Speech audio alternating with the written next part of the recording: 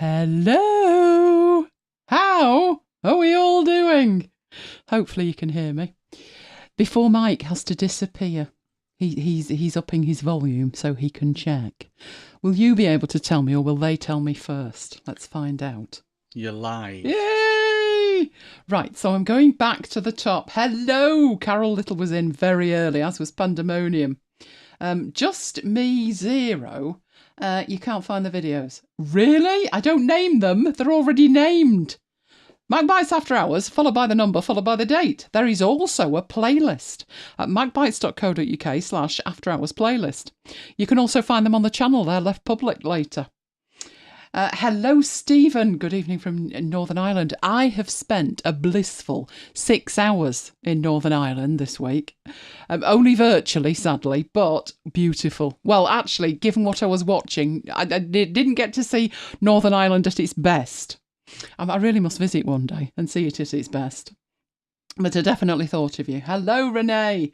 Hello, G. Trimpin. And Jonathan. Thank you, Jonathan. Much appreciated.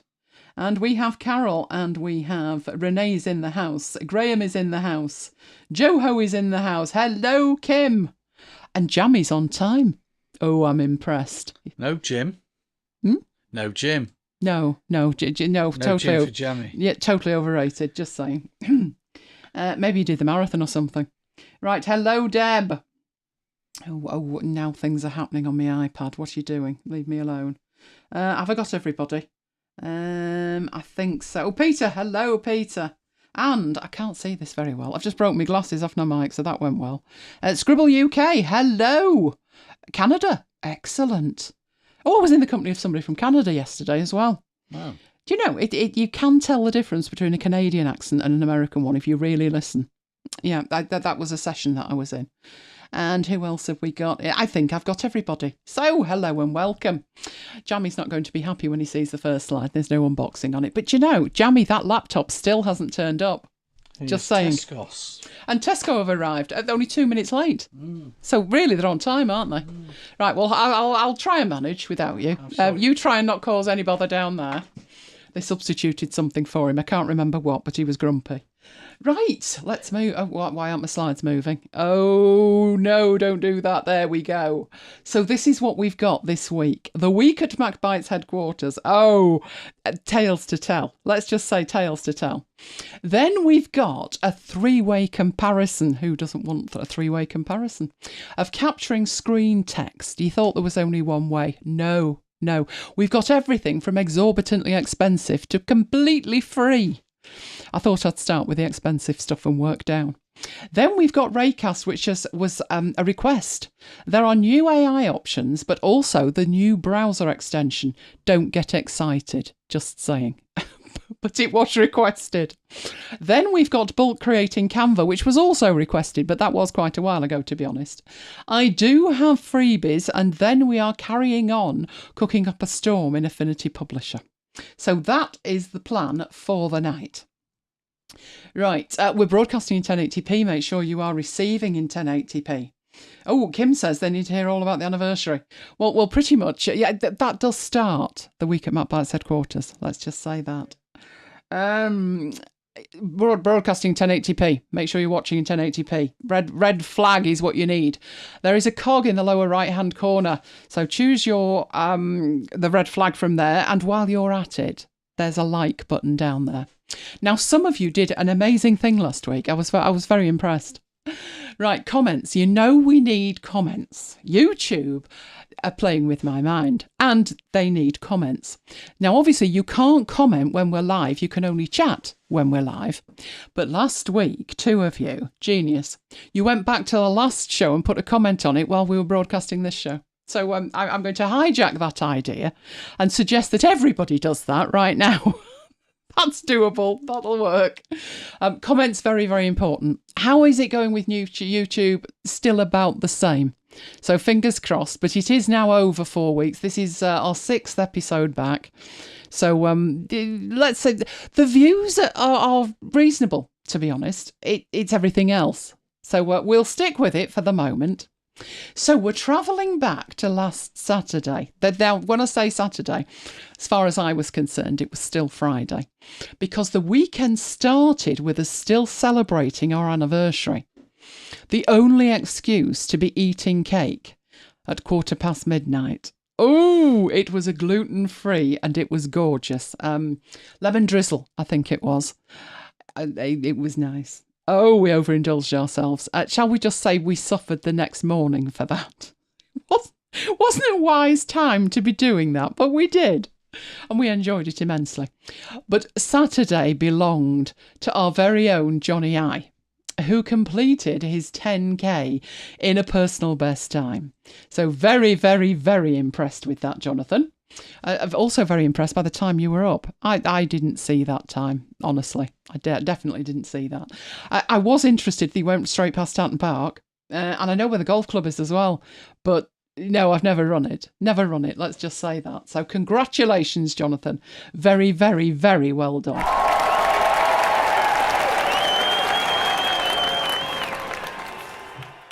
Can't wait to see what you get up to next. But I don't think, whatever it is, it's going to involve the Grand National, which is the only horse race I ever bother with. Honestly, the only one I ever bother with. We actually, a couple of years back, just before COVID, I think it was 2019 it was, we went to Aintree for an event. And we also went to Haydock Park, I think it was. Yeah, won't ever be going there again. But the event at Aintree wasn't actually a horse race. They rent the place out. But what we do is we do pick a horse for this race. Mike decided to hijack the Mac theme and he went for Mac Totty. It didn't finish. Thought better of it and headed off for an early bath. I picked Panda Boy. I thought he could have gone for a more adventurous outfit, but he did actually finish.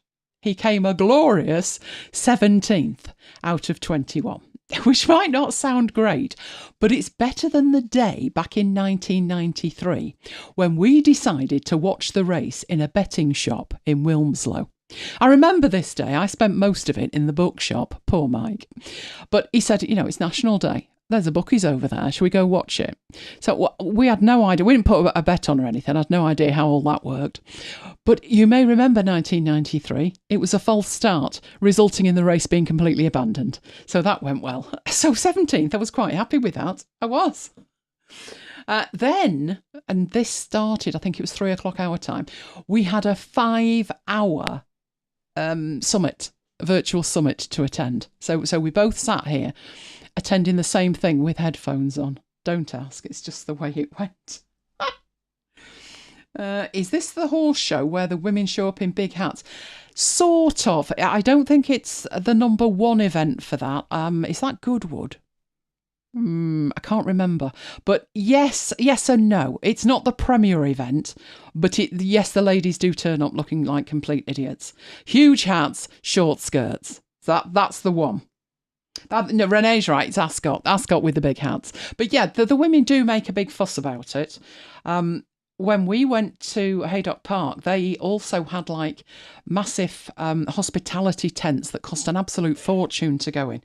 But we weren't impressed with it. In fact, Mike actually said when I said, oh, Aintree, that reminds me of Haydock Park and I'd rather not think about it. Mike actually said, if I knew, when we arrived, if I knew then what I knew now, I'd have turned right round. Which was pretty much what I thought, wasn't it, Mike? Yes. Have you remembered Haydock Park? Yes. Yeah, never again. Not like to forget it, am I? No, it was a bad day. I was just saying that we were in a 5-hour session with you on your computer and me on mine on Saturday. But also clashing with the summit was a Premier League match. Staggered to a draw. Minutes to go, literally, and an injury time penalty appeal. Bad words were said. You may recall the other 2 matches before that. The same had happened, hadn't it? Lost it in injury time. So there were very bad words said by Mike. At which point, I did point out that this alleged infringement, was clearly outside the penalty box, which didn't stop the VAR team keeping everybody waiting. The VAR appeal went on that long, the last bus had long gone.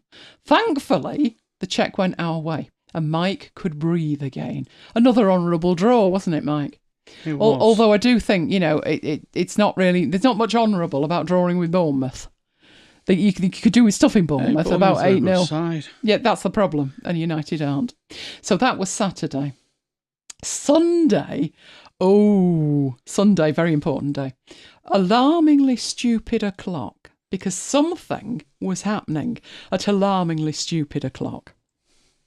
I sagely slept through the entire farce. What, you're wondering, aren't you? Oh, the Manchester Marathon. Happens every year. Every year is more inconvenient than the one before. But it is a huge event in Manchester. Kicking off, I thought it was the centre of Manchester, but I think it kicks off at the cricket club, doesn't it? I think it did. I also think they have different starting positions. I could do with starting about 10 yards from the finish line. That'd work for me. But it heads south towards us. I did spot that image. But that's not our very own Toblerone Thomas, is it? Obviously. No, it wasn't Mike. It wasn't Mike. A world record was set for a team of 6 running as a caterpillar. I could do that as long as they were carrying me. That'd work as well. But they did set a world record, apparently. So well done to them. The whole of Greater Manchester is involved. Involved, that's what I meant. It's the only way the potholes ever get any attention. They were filled in with days to go, lest any of the runners should sue the council. If only the drivers were as swift, we might be getting somewhere. But this year, our closest location was the 12-mile mark near Brooklands. So that's where it has gone past the house a couple of times. This year, our closest was Brooklands. But just in case you think I sound less than enthused about this great event, you were. I was. It does involve a considerable amount of road closures. Not even joking when I say considerable. And these closures are from sort of 6 o'clock in the morning until 8 and 9:30 at night. And there was a lot of them, including the ones at the bottom, which are us. So we were quite... Including the ones where Madam wants to go for a walk. Yes. And I said to Mike, there are a lot of carers, and what do ambulances do? So Mike was like, they'll let them through. And I said, they can't let them through, if there's 12,000 runners heading this way. We found out the day after the carers had to walk or get on a bike. So congratulations to them as well. They deserve a medal while they're at it. Talking of which, this was what it was all about. This was the reward for those who completed the challenge. And those were the winners in all the categories, in all the sizes. I thought there was a young person's race, but I think that's London, isn't it? I think they do half. Oh. Anyway, my reward, few hours of blissful dream-filled sleep if you took my approach. Seriously. Remember, I was asleep. I did, however, surface just in time to be told that next year's is the 27th of April. So we've already been warned about next year's disruption. Sorry, great event. But if our very own Johnny I decides to partake of the challenge, you could well find me on the side of the road, slinging jelly babies his way and cheering him on. Johnny. Do you reckon they have jelly babies in other countries? Or do they think I've lost my mind? They're kind of... I don't know. Ask them. Offensively sweet sweets, aren't they? Ask our multicultural audience. Yes, let me know if you have jelly babies. They're how would you describe them? Jelly sweets. Look like babies. And they look like babies. And Neil will know what they are. And people bite their heads off. This is getting alarming, this. Let's move on. Because I wasn't done at that point. No, once I'd surfaced, I surfaced in time for the Women's FA Cup. Now, if you're wondering, it was because the women's team, United women's team, were taking Chelsea on and they'd never beaten Chelsea. The last thing we needed was a repeat of the men's fiasco. That was where 2 goals were given away in injury time. But it was looking hopeful because it promised to be a joy to watch. No VAR in the women's game. How big the babies are? I would say they're about 1.5 inches. Why don't I just find them and put it in the link? Get a picture and put it in the link. And Simbot wants to know if they're the same as gummy bears. They're similar, but they're similar, but not quite the same. Gummy bears are smaller and a little bit more chewy. Jelly babies, I wouldn't say they were chewy, would you? You kind of, you chew them and they disappear, whereas a gummy bear will probably pull your teeth out. Hold that thought. Now, no VAR, so I was thrilled. And tech related. Can you see it? Can you see the thread there, Mike? Why is it tech related? No idea. Oh, I'll give you a clue. It is now officially, like the tin pot was the Rumbelows cup and the milk cup. And what other cups has it been? I remember when the milk cup got it, that my dad said the egg marketing board would want it the year later and call it the egg cup. No, it's the Adobe Women's FA Cup. And not only was Adobe sponsoring it, but you can see they're advertising Adobe Express as well. So I did my due diligence. I thought, this is interesting. Why are Adobe advertising? I'd somehow managed to miss that Adobe have got a 3-year deal on this. They are running workshops in Adobe Express at all the clubs as well. You do realise they're doing me out of trade here, don't you? Because I train people. Oh, get off my lawn. Get off my lawn, Adobe. Shall I, deviating back to the previous thing, shall I be vulnerable and tell my story about jelly babies?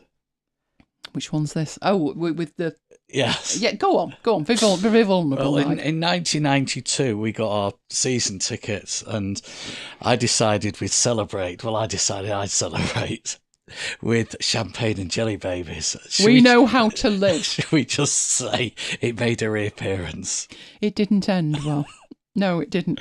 As he kind of lifted your head off the pillow, didn't you? And he said, I don't feel at all well. And he disappeared. As Neil says, they're sickly, yes. They are, especially with champagne, as we found. I was fine. Obviously, it was just Mike. So, yes, look at that. Look at that. Adobe ribbons on the cup. At this stage, we had our fingers crossed that United's ribbons would be added to that in May. But as I said, they'd never beaten Chelsea. Oh, we actually won. We won. We even missed a penalty, didn't we? We could afford to miss that one. We beat Chelsea for the first time ever. Mind you may not realise that the ladies' team at United, they did used to be one in the 80s, didn't they? Annie thinks that's so sweet. What, me throwing up on jelly babies? Oh, he's never lived it down. That was 30 years ago. 32 you keep years reminding ago, me. Yeah, I do. United's women's team got disbanded and they only reformed in 2018. So they're doing quite well. So they are now finalists in the FA Cup. I went toddling off to find out when this was, and it's the 12th of May. And we are playing Tottenham in the final at Wembley, which now does look like that, sadly. Now, the inside looks a lot better. I'll give it that. Which took us on. Actually, I should point out, it's up to the boys to match this achievement because they're playing Coventry on Sunday, aren't they? So, the ladies are at the FA Cup final, just the boys now, just the boys. So Monday came around and we were all holding our breath to see what, as early adopters, we would get from Media Place. And the answer to that was quite a lot. 100 credits a month for free, forever, for lifetime holders of licences, which pretty much we all are, including, I seem to remember, Kim, who'd forgotten buying it. But you did, so there's good news. You've got something free now. Now, Monday was also when we got severe weather warnings, yellow weather warnings. So I looked at the map. Pretty much everywhere, literally, from the Isle of Wight to Scotland. Manchester? Come on, it rains. We're used to it. In fact, we actually say up here, don't we? When the south have a danger to life weather warning, up here we say, put your big coat on. Seriously, that's what it's like here. In fact, my mum used to have a saying, it's 2 overcoats colder in Oldham. You know, as you're going up Oldham Road towards Oldham, you literally feel the temperature drop. So, it was raining. And I will admit, it was absolutely siling it down all day. So I decided to plan my week. Planning the week seemed like a good idea, but that was before I discovered a new box set on the BBC. It was Series 2 of Blue Lights. I'm sure I mentioned this last year. It was fantastic. And Series 1 is also available, but Series 2 started on Monday on the BBC and will be on for the next 6 weeks. But You can binge watch the whole thing. Guess who binge watched it this week? Which was why I was deep in Northern Ireland. And, what's his name? Derek Thompson was in it. So he's been in Casualty since forever. I remember him in Harry's game. So it was interesting that I remember him in Brookside. I don't even remember that. No, I don't know. Not Soaps, not me. But I was thinking as I was watching him in it, did he have a Northern Irish accent in Casualty? Because I've not seen that in years either. I can't remember. No, I can't remember. Anyway, he was very good. The whole thing was very good. No spoilers, but I can highly recommend that. Which took us on to Tuesday. I was grumpy. Oh, Tuesday I was grumpy because it was Tech Fail Tuesday. This one is something that I constantly say to you when it happens. I'd logged into this site. I'd created an account. It logged me in. Everything was fine. A few weeks later, come back to it. And it won't let me in. And it says, you can't create a password longer than 20 characters. But this was weeks later. Why are you telling me weeks later? Why don't you tell me in fact, why don't you tell me how long the password needs to be and what letters, numbers and hieroglyphics need to be in it at the point I create the thing? Not when I've made an epic that's like 55 characters long and you just cut the end off. Yeah. Not good. Not good. Bad words were said. So I then had to go away, find the password and change it into 20 characters and start again. And as if that wasn't bad enough, I did actually then get into the site.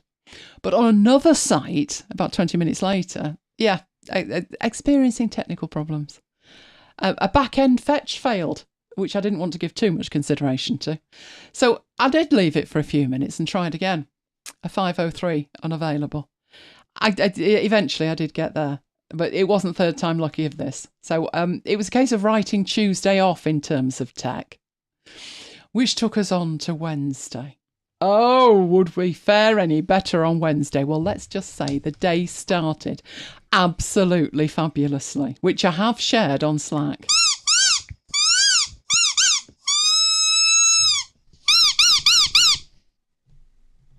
Yes, that's our very own chicken. Our very, very own chicken. Right, he's shut up now. It was a video that I found. Somebody had posted onto Twitter.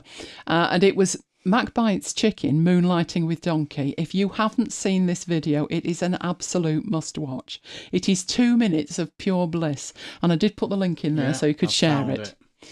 Go and watch it. Not now, obviously, but don't miss it. Don't miss it. It was absolutely fabulous. Oh, Kiva woke up. Excellent.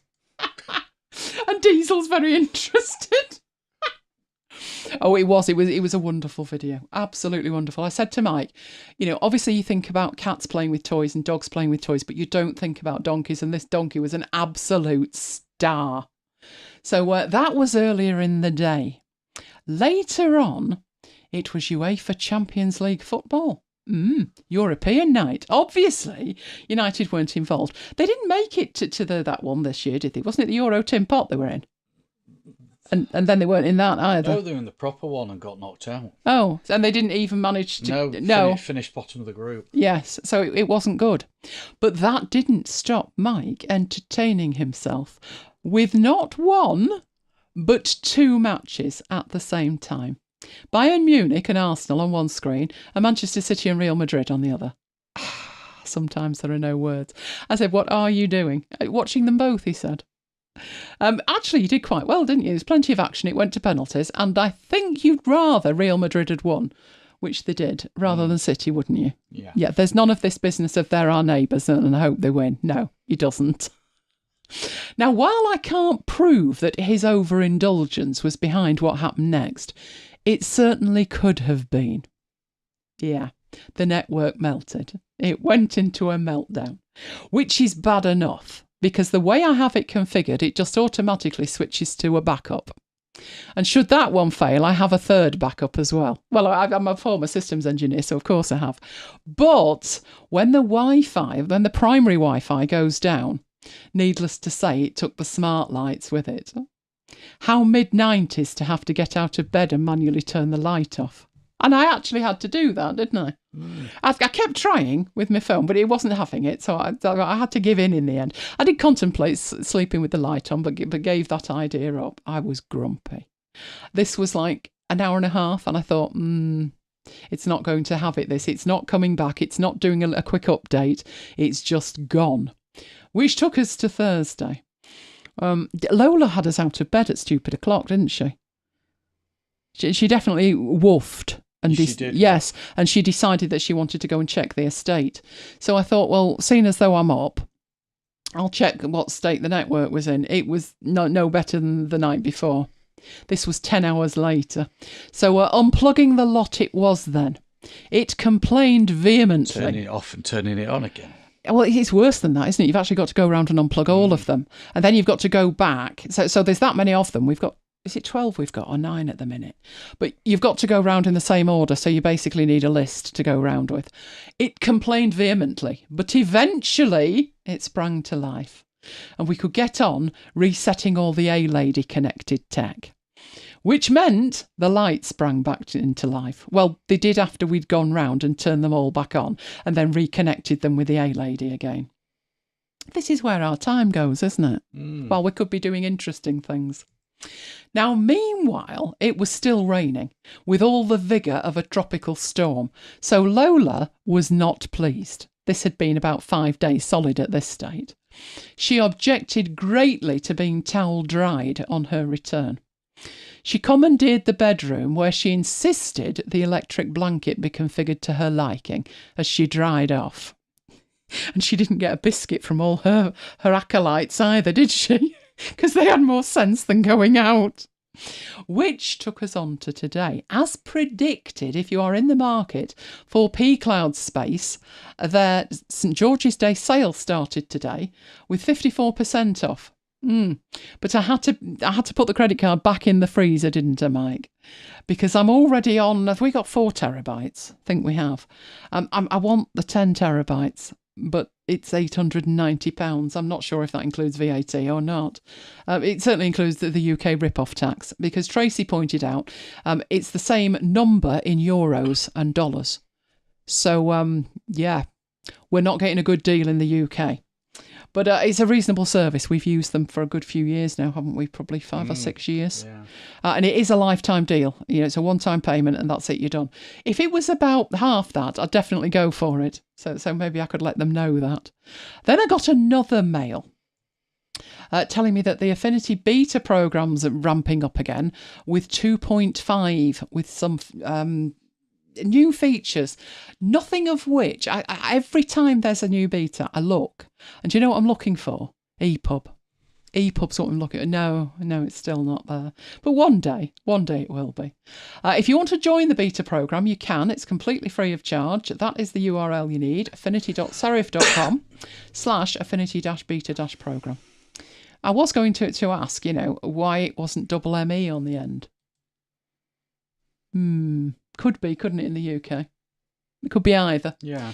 So then I thought, weekly planning at the beginning of the week. The other half of that's my weekly review, but I didn't quite finish it. I'm sure I got distracted by something. I usually wrap that up on a Sunday, to be honest. And then we had Tesco, didn't we, who rocked up at 9:02. Now, you did book them for 9 to 11, but I said they'd already substituted, hadn't they? Yeah. And obviously, we need the weekly update on the Apple cleaning fluid. Still out of stock? Still out of stock. Thank you. It'll still be out of stock at Christmas, but by then, I'll be worried more about the Yule log than anything else. Talking of which, the blast from the Christmas 2023 passed. Now, you'll remember last week, Mike and his Cadbury Dairy Milk. There was a reason. It was completely earned. Even a bar that size was completely earned. You've probably forgotten what we did Christmas week, haven't you? Probably. Oh, let me remind you. 3 office chairs arrived. Oh, yeah. Oh, yeah, like Lego kits, only would that they were that easy to put together. It was our new Christmas kit. 3 chairs. 2 for the office, and the other was for the studio where Mike works when he's working from home during the week. You've probably seen them, Marcus chairs. I think pretty much everyone has got Marcus chairs. We did have 2 Marcus chairs. And do they have a 10-year guarantee, don't they? But we'd had them for 12 years and they were falling to pieces. We wanted exactly the same chair, but they don't do the leather one anymore. Probably because of what happened to yours. I think you put your head on yours and the leather wore away. So now it's all fabric. So I said to Mike, that'll last all of 5 minutes. Don't spill anything on it. But it was only 3 chairs. How difficult could it be? Well, let's say it was good job we had the whole week. There were a lot of pieces to assemble. In fact, it was a good job we take 6 weeks off at Christmas. It was that bad. But before long, Mike was testing his out. So that's what we did Christmas week. Marcus ×3. And that's actually the new one. That's actually what it looks like. Do you know, I'm always dubious about the bottom of that. It looks very dodgy at the bottom. But there you go. So have I got any questions about anything at that point? No. Okay. Right. Let's move on then with capturing screen text, the 3 alternatives. So there are 3 alternatives for this. You may be using, I'm thinking possibly the middle one, which is a dedicated app.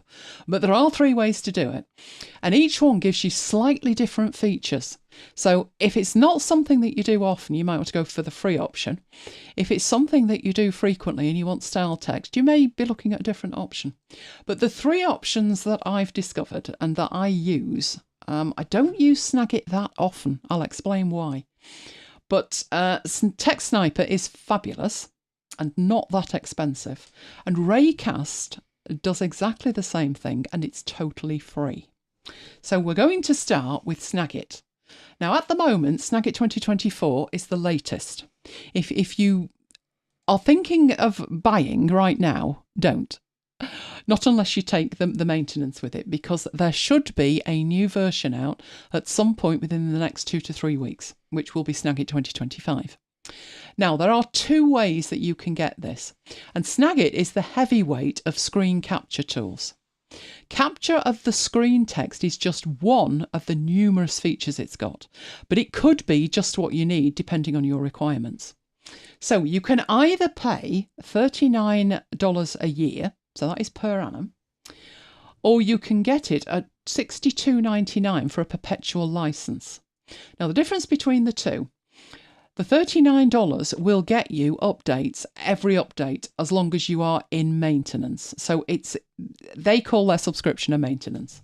The perpetual license gives you 12 months of free updates. If you want updates after that, you would have to take the maintenance out or buy a new version. So that's the distinction between the two. I think if you already had the app and you were on maintenance, I don't think it's $39 a year yet.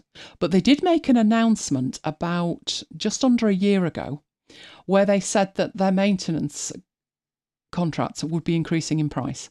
We just managed, as I recall it, to get our Camtasia one in under the old pricing, which was very cost effective. Let's just say that. So let's go and have a look at what that can do when it comes to screen text. So I will open Snagit. And it's opened on the wrong screen, but there we go. Right, let me get something with text on it. So these are captures that I've already made. And you've got 2 options when it comes to capturing the text. If you already have a screen capture, you can capture it from in here. You don't have to go away and make the same capture again just to capture the text. But you may not want to take a capture and then go into Snagit and then fiddle around to select the text. So luckily, there's another way to do it. But I'll show you the first way in here. Now, you have a range of tools. I customise my toolbar so it's got every tool on it because unusually for me, I haven't bothered to commit the shortcuts to memory. Not even the ones I use a lot. I might do at some point, but I haven't bothered yet. So I just have the entire tool set at the top. Now, I actually haven't noticed. I don't see one for text. You can put text on the image, but I don't see one to actually capture it up here. But you do have this selection option. And what that enables you to do is draw around the text like that. And then if you go to Edit and grab text, for which there is a shortcut key, which is Shift Option and O, it will grab the text and it puts it up in this big window. Now, this is where this differs from most of the others. In terms of this has grabbed with it, or it's tried to, it's not done a brilliant job, but it's tried to grab with it the formatting. It has made that smaller than that, but it has got some formatting with it. So I tried this on an image and the text was blue, and it retained the fact that the text was blue. So if that's important to you, if the formatting is important to you, then I think Snagit is going to be your best bet. But it has actually grabbed that text. You do, however, have an option to make it plain text. So you literally just put a tick in that box and it goes to plain text. And the good news with this little window is that you can click in it and edit it. So I can take away there the fact that it's 2 lines and make it 1 line. So that's what you can do in terms of making a selection, and then you can choose to copy it. So it is a multi-step process with this. You've got to make your selection, and then you get this box. Now, once you've put a tick in the make plain text option, it will remember that. So the next time you select some text, it will also make that plain text. But the next step is you then have to copy it. And now it's on the clipboard and you can go and paste that wherever you want. Right, does it work with smaller text? Yes, it does. So drawing around the next bit and doing exactly the same, going up to edit and down to grab text. And it grabbed it. Now, interestingly, with this, with exactly the same image and exactly the same text, this time I've got no misspellings. But the first 2-3 times I tested this word you here had a V at the beginning. Now, the only difference, I've not changed anything. I've not sharpened the image or anything. The only difference is I've changed my screen resolution ready for broadcasting. So I think at a standard resolution, because that text was so tiny, it did make a mistake. So the results may vary depending on your screen resolution. But that is what you can do inside Snagit with an existing screen capture. Now, if you have a screen capture from somewhere else or an image from somewhere else, you can bring that into Snagit. You just have to drag and drop it. And then you could do exactly the same with that. So that's good as far as it goes. But it's quite intrusive to have to do that when, if you've used Text Sniper, you'll know how fast it is. There's no bringing up an app, there's no making a selection or anything like that. There's no waiting for it, then there's no copying it. Then there's no business of telling it what format you want. It literally just copies it, and that's that. But you can make Snagit do that. You can completely configure how Snagit works like this. In fact, you can do that without even having Snagit open. So what I'll do is I will close Snagit. And unusually for me, I've got more buttons in my menu bar because I'm going to be using them tonight. But this button is the Snagit button. When you open that, you can see what I've got here in terms of presets. So first of all, there are 3 types of capture. There's the all-in-one capture, there's an image capture and video capture. You have yours set totally different to mine, don't you? Where you draw around it and then you can choose a video or whatever. Yeah. And I don't, I just have it. It also lets me adjust the size. Yeah, I don't do that. I just want to take a capture and I just want it to be as fast as possible. So for me, my default capture, I have a shortcut key for it, and that is what I use. But what you can do in here, you can make selections and then make your own presets. So this is where it's really powerful. In fact, I don't think most people realise how powerful it is, because this isn't, I mean, it might be in the manual, but how many people do you know read the manual, Mike? That would be just me, wouldn't it? Read the print of it. But it's not, they don't kind of onboard you and explain this. So you could choose a region, you could choose a scrolling capture, which is great if you're capturing web pages. You can choose full page, web page, anything else. But for me, I want to grab the text, just the text that's on the screen. So I choose grab text from here. Then I need to decide what I want to do with it. Now, if I want to see it in the editor, I would toggle that on. That would be the default, that it opens up in the editor and lets me edit it. But if I were to do that, so I've configured this now, I would need a page. So let me go get a page. Let's bring this on. We'll have that. Right. If I'm in here and that's what I want to happen, I click the capture button and I'm going to draw around some text on the screen. And it will open Snagit and it will recognise the text, it will grab it, it will put it up in here, and it will let me click the copy button, which is great. But it's still a bit intrusive, isn't it? It's way more intrusive than the other options are. But you don't have to do it that way. Let's close Snagit again. And this time I think we'll try and grab this text in the middle. Right, if I go back to this, I haven't actually made a preset yet. So I'm going to reconfigure the options in here. I'll turn off preview in editor because if I want to capture text, the odds are I want it on my clipboard and I want to paste it somewhere. So I'll toggle off preview in the editor. I will toggle on copy to clipboard. I don't need to think about the cursor. In fact, it's dimmed out because when you're grabbing text, you don't want to do that. You could put a time delay on it. Could if you wanted to, don't need it. And at that point, what I've done is configured this on the fly and I could just hit the capture button. But if this is something that I want to do frequently, then what I can do in here is add a preset. So new preset from the current settings. Perfect. And I need to tell it what this is. So let's say grab text. And I will give it a shortcut. And if you look at my shortcuts, they are Option Shift Control and P for panorama, Option Shift Control and C for just a standard copy. It would make sense in here for it to be Shift Option Command and T for text.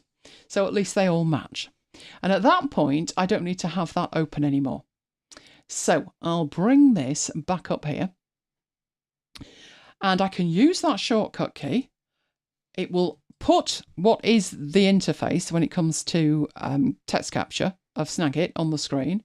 I will draw around what I want, and when I let that go, you do not see Snagit. It has not brought Snagit back up. But if I bring my text editor in and I paste, you can see that's exactly what I've got there. Now with this one, I am going to have to take these out, so it's all on one line. There's even another one at the top. And of course, it's capitals, because that font is capitals and it's retained that. So what I would do with that is select it. I would go into Raycast, I would change the case, and you see I've got a whole range in here and I can make that capital case. It has made a mess of that. That was a question mark and there's a question mark at the end. But I can certainly tidy that up quite quickly. So that is what you can do with Snagit. So have we got any questions on Snagit? No questions on Snagit.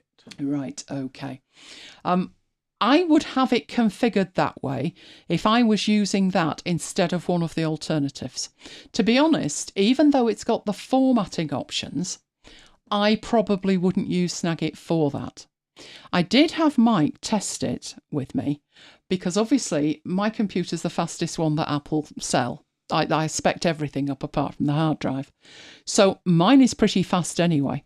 When I was using this on my iMac, I found Snagit to be a bit slow when it came to recognising the text. So you did a test for me, didn't you? And I would say it took 3-4 times as long for yours to do it. So it's not the fastest solution. Let's say that.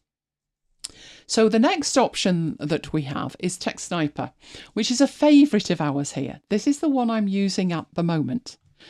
We've looked at it before. It is a very, very good app. It's very fast. It gives you feedback along the way, and it can be text from anywhere. It even does a good job with images. You can control it from the menu bar, or you can set up shortcut keys. It can also do extra things that there's no way Snagit could do, which is text to speech. So you can have it grab the text and read it back to you. It can also recognise barcodes, which to me, that's valuable. When I'm in a webinar and they say, there's the QR code, it really grates on me because what do you expect me to do? Pick up my phone and look at that, but then it's on my phone and it's not on my desktop. That makes me grumpy. And plus the fact, I wonder how many people they lose mentally when they pick up their phone because they'll be on Twitter in 2 minutes flat, followed by Facebook or LinkedIn in your case. So to be able to recognise a QR code from the desktop is fantastic. You can also scan with your phone as well, and it recognises multiple languages. And it's very simple to get going. The default shortcut is Command Shift and 2, which I don't use. What's the shortcut? Can you remember? No. Oh, Mike. We both have it set the same. That's so when I go on your machine, bad words aren't said. I have it set to Shift, Control and T for text. because I know I'm selecting text. The reason I don't have it set to Command Shift and 2 is that's allocated to screen float that we looked at a few weeks ago. And it makes sense to me to have Command Shift and 2 for screen float because Command Shift and 3, Command Shift and 4 and Command Shift and 5 are the standard shortcut keys for taking screen caps. Then, as you see here, all you need to do is make a selection of it and then paste it into wherever you want it. You can also see with this one that at the bottom where it says of the fresh water on Earth is trapped in glaciers, it's made that capitals as well. So it would have the same issue that Snagit had. If it's capitals on the screen, it'll be capitals when you copy it. Right, last thing to think about before we look at it. If you were to buy this from the App Store, which I did, you pay a flat price and you can install it on all your Macs. The price has gone up. I think it used to be $5.99 or $6.99. The price went up when they decided to change the direct licensing prices. So $11.99 gets you unlimited installs via the App Store. If you were to buy this direct and you only want it on one Mac, then you only pay $7.99. If you want it on 3, you would pay $9.99, and if you wanted it on unlimited directly from them, then it would be the $11.99 that it would be in the store. So that's the pricing for it. But unlike Snagit, which does everything, TechSniper does one thing, but it does it perfectly. So let's have a look at that. Not much in the way to see, much to see in the way of an interface for this. Let's bring this back. My shortcut key is Control Shift and T, which turns it into a selection pointer here, and I've grabbed it, and I get Copy to Clipboard shown at the bottom. Which, if I then go to Sublime and paste it in, that's exactly what I'd get.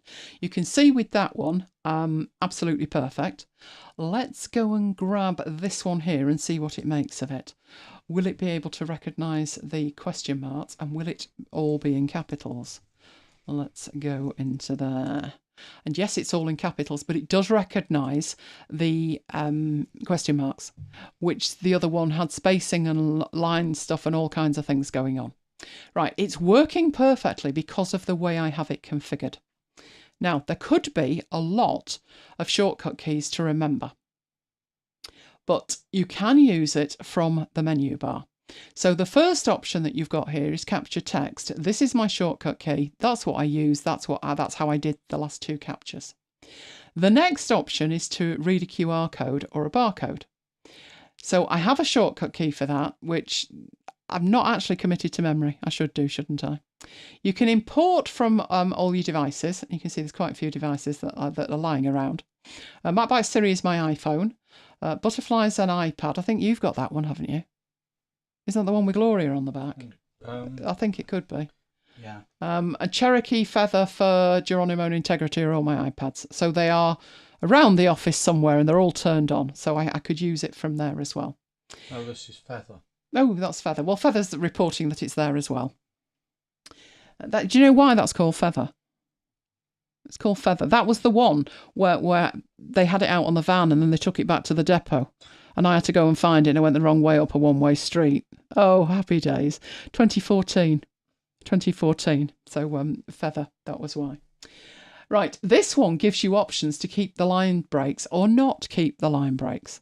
So if you were grabbing something like a whole paragraph here, you should find, let's just do it and make sure. So I'm grabbing the whole of that, going into my text editor and pasting. And let's take that full screen. You can see it's not kept the line breaks. It has taken all of the text, but turned it into a single paragraph, which is great. The other ones don't do that. So Snagit doesn't do that. You would have to do that yourself.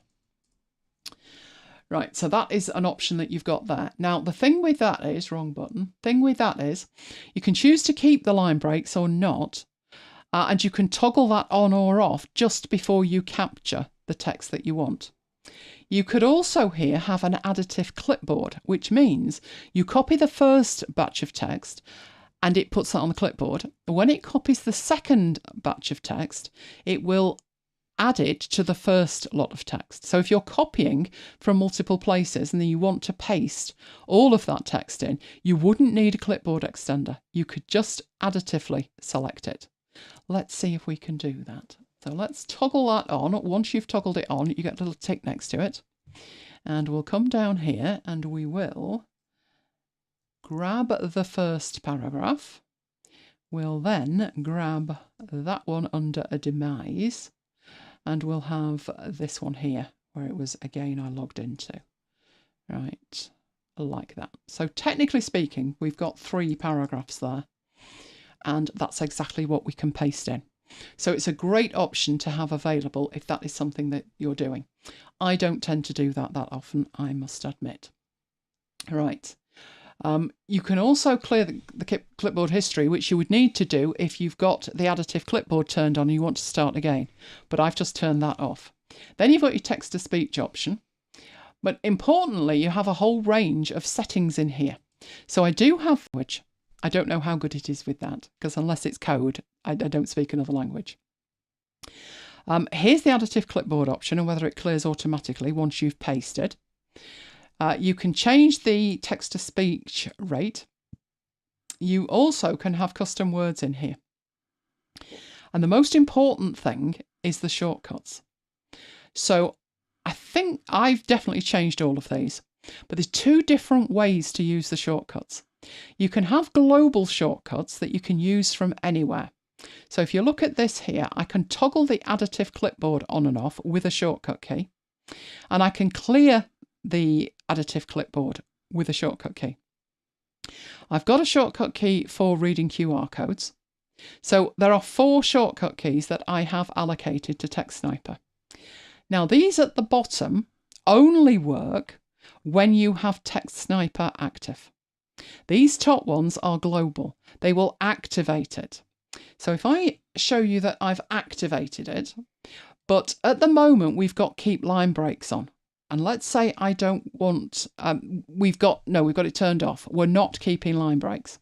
But if I use Command and L with that active, so with my mouse pointer showing that, you'll see keep line breaks is now turned on. And if I want that turned off, it's Command and L again. And now they're turned off. So actually there's 7 shortcut keys here. And to be honest, it would be easier to lose the additive clipboard one and use the thing at the bottom, which is Command and A for additive. So they kind of make logical sense, the capture text mode shortcuts. They're certainly easier to remember than some of the more difficult global ones. And let's just capture all of that text and prove the point that it has got it all. And it's even taken out the spacing. It's very good when it comes to formatting the text, this one. So those are all the options that you have in there. I would suggest if you're starting this, if you've not used it before, use just one shortcut key and then add in the other ones as you go. But it is very, very useful. So have we got any questions about that one? Nope. Okay. Let's lose that then and go into the third one, which is Raycast, which might surprise you. Because out of the box, it does not do that. Raycast has extensions. Now, Raycast itself is free, unless you want a pro account. Now, I'll talk through later what a pro account gives you, because we're moving on to something else with Raycast. But everything that I'm about to show you is completely free. So Raycast itself is free, and the extension is free, and it's called Screen OCR. And all you need to do is activate that. That's it. So let's go and have a look at that. So I've got some text on the screen that will do nicely. And if you go into Raycast and you type OCR, you'll see that you get some options in here. And recognise text is the top one because the extension is called Screen OCR. You also have some other options in here to do with the same thing, which is the third option and the fourth option are both to do with Screen OCR. You can actually select the recognition language and you can recognise text from the entire screen. Now, unless you've got something full screen, like an immersion mode in Scrivener or something, I can't see that that would be logical. If you can imagine capturing the whole screen right now, you'd get all of the tabs on the left-hand side, which should be a mess. So pretty much this top option, which is recognise text, is the one that I would use should I be using Raycast. So at the moment, I've had to activate Raycast and type in OCR to get that option. When I press enter, my cursor changes and now we're in text grab mode. So let's choose, which one did we choose before? Let's choose this paragraph here.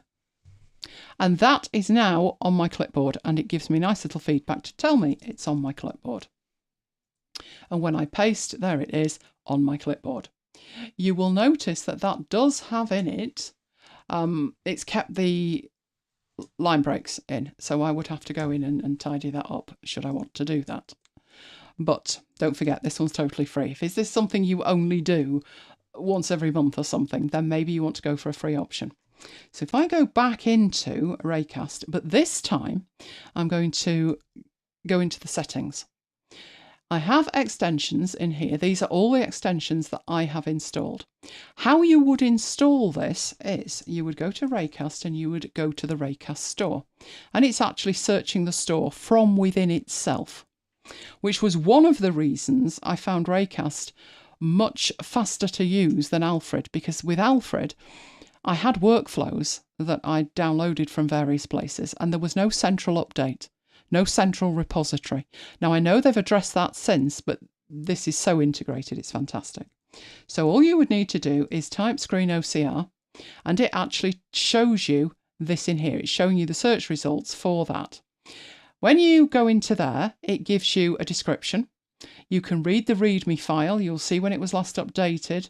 You will see all the commands that are available in it, which are the 3 commands that we've seen.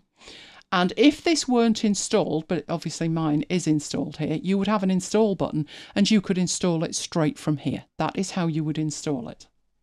But let's go back to where we were, which was I was in the settings for Raycast and I went into extensions, and these are all the extensions that I have enabled. Well, I've got them installed. They're not all actually enabled, but there they all are. So in the search, if I type in screen OCR, it will bring up the extension, which is the first option, and then the 3 individual commands underneath it. Now, the 3 commands don't have any way of configuring them, but the extension itself does. So in here, it tells you what it does in the description. And then in the primary language, you can choose a language, and all of these drop downs are searchable. So there's a range of languages in there. You can choose a level of recognition. So there's accurate or there's fast. To be honest, it's fast enough, but I guess that would depend on your machine. You can choose to use language correction if you've got some stuff in it, and this is where you can ignore the line breaks. So it's not an option, unfortunately, that you can give to it at the point that you are using the command. I can probably fast enough get rid of the line breaks if I don't want them, but you could choose to ignore them. You could also have a custom word list if it's constantly misrecognizing something. And then you've got the commands underneath that, those 3 commands, where it tells you the extra options that you've got. So do you want to detect all the text from the screen or whatever you want? So that's the language, that's the screen. This one here, this recognize text, if we go into that, all it does is select the actual command and let us see it. Now, the reason that that's there, even though you can't do anything with it, is all the extensions are configured the same way. So there will be some extensions you install that have commands that are configurable, and that's why you have the option. That's another reason, to be honest, that I use Raycast, because the way I interact with all of the extensions and commands is the same irrespective of which extension or command it is, which is not the case with other launch replacements. But that is all there is to it. So this recognized text is the one that I need, and all I would need to do with it, I usually type OCR, to be honest, and that's why it comes to the top. And then all I need to do is just draw around whatever I want, and I am good to go.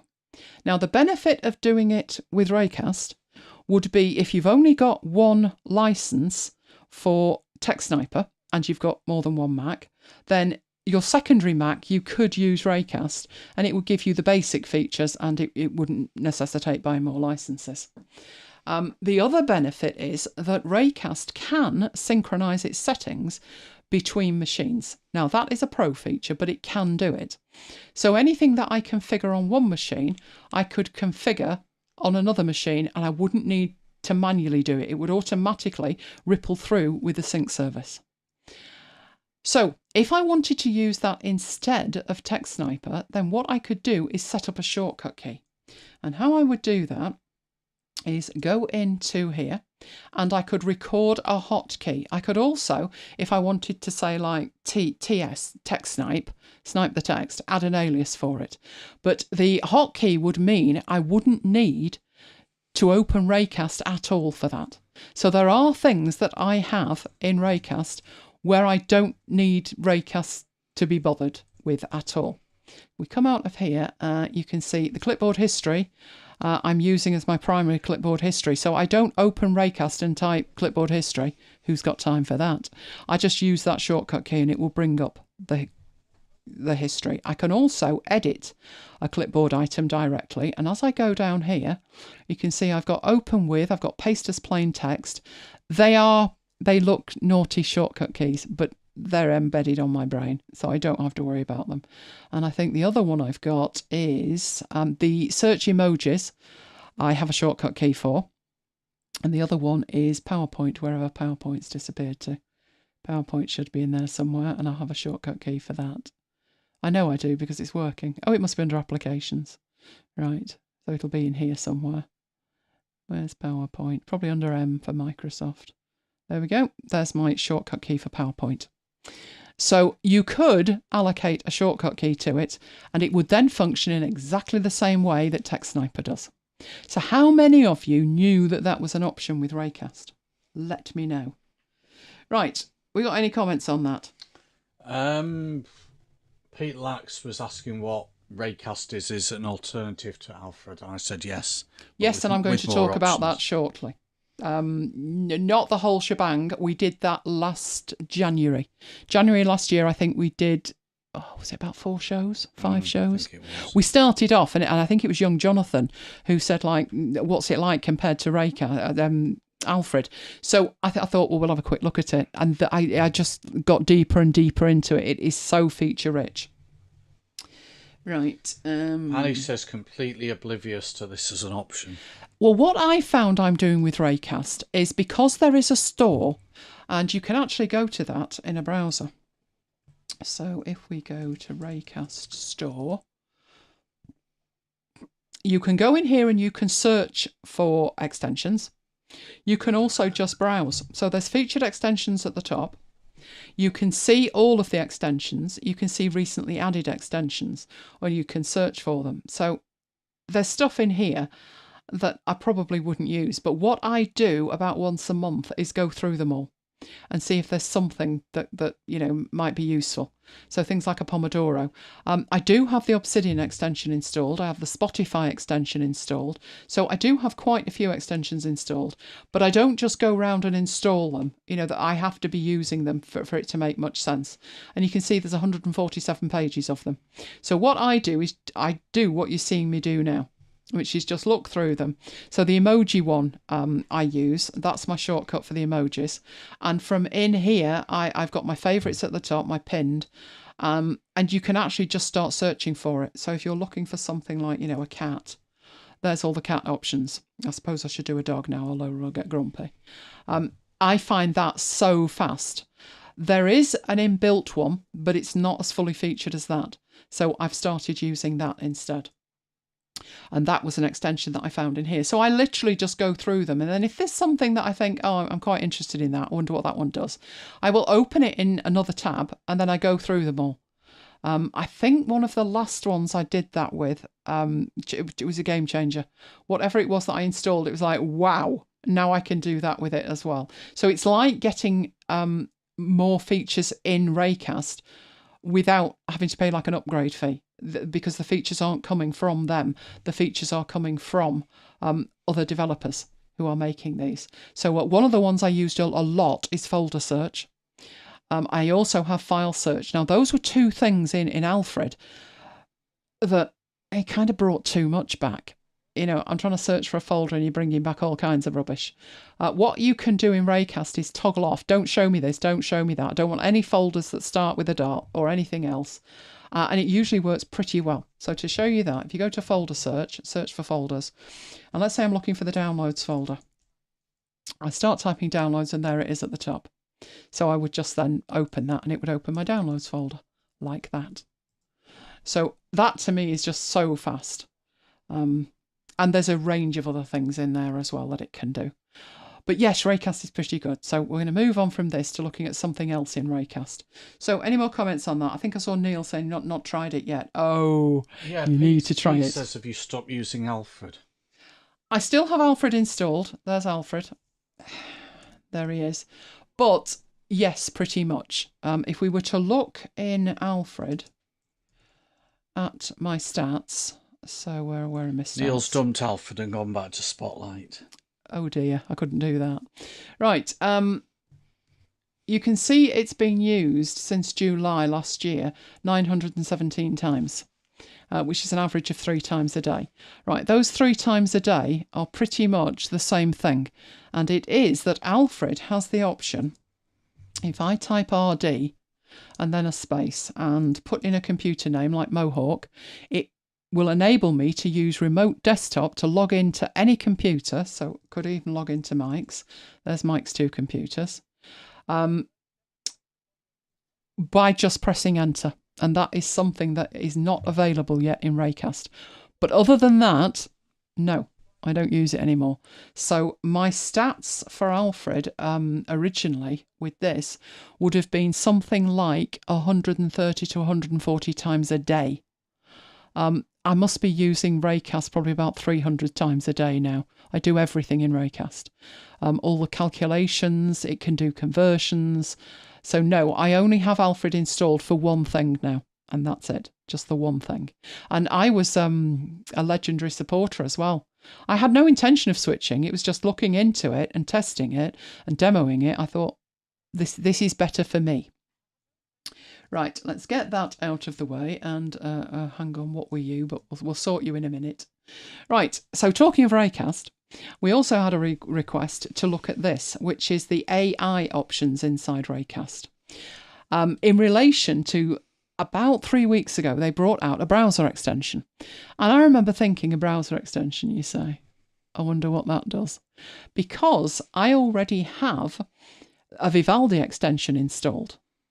And what that enables me to do is I have workspaces in Vivaldi, which are discrete collections of tabs that are open. So I have a MacBites thing, I have a YouTube one, I have an admin one.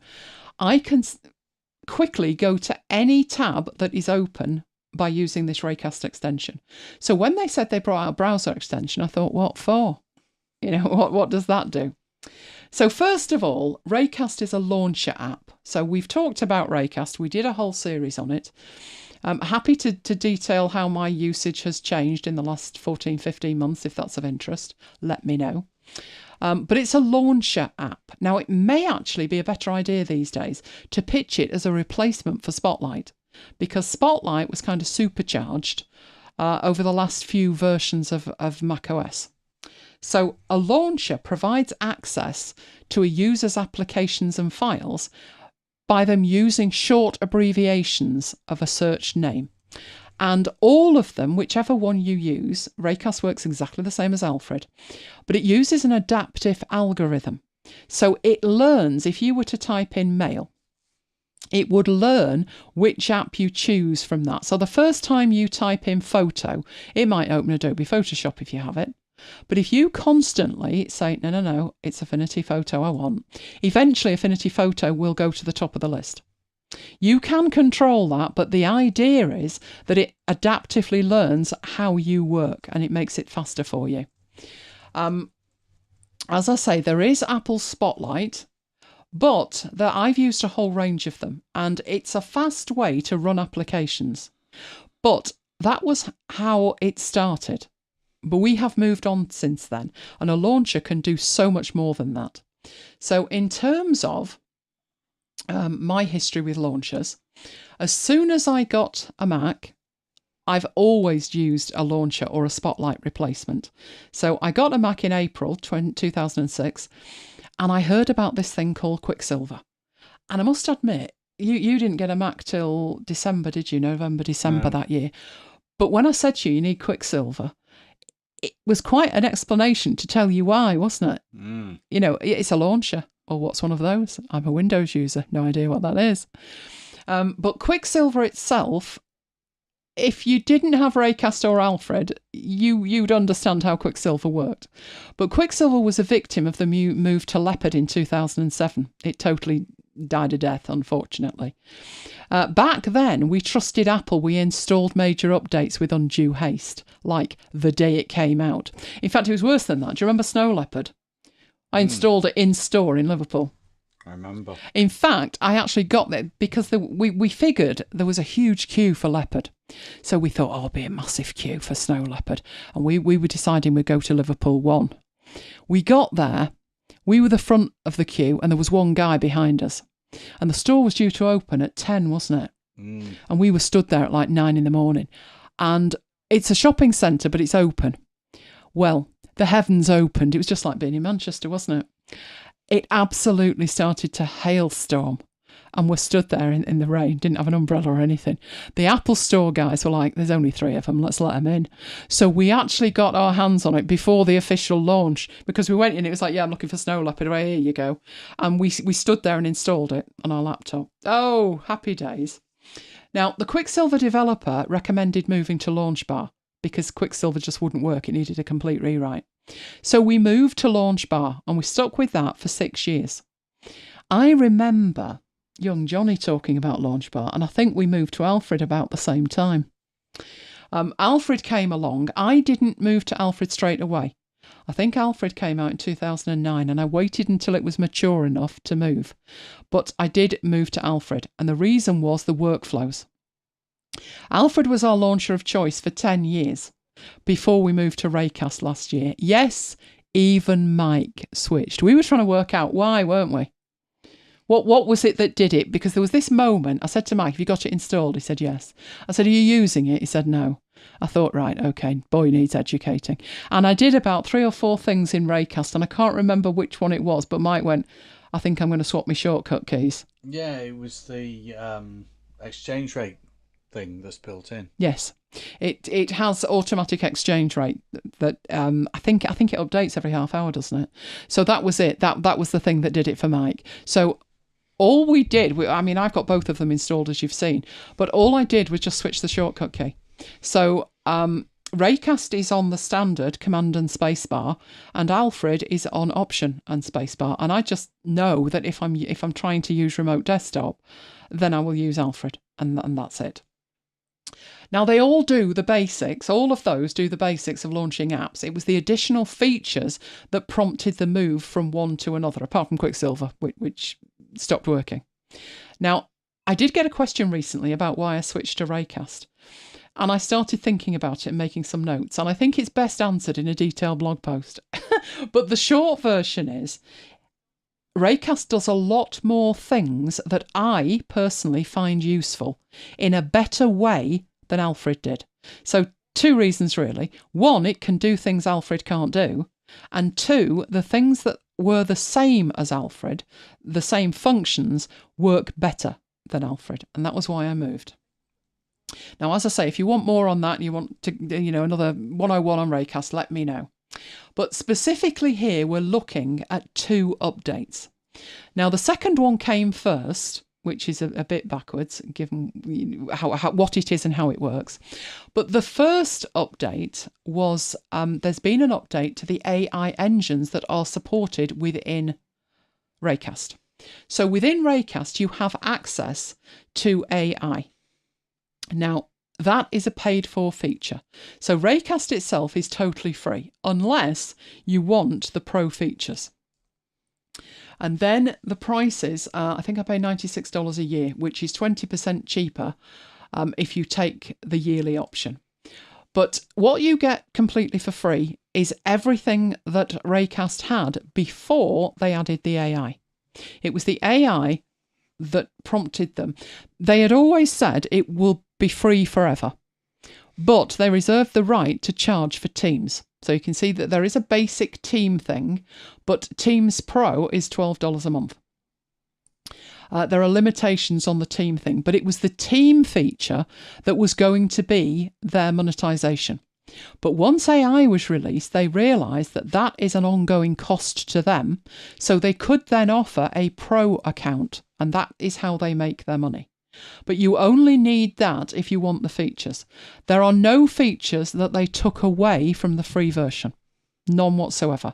They just added extra features. So for free, you get the calculator, the quick links, all of the snippets, the window management.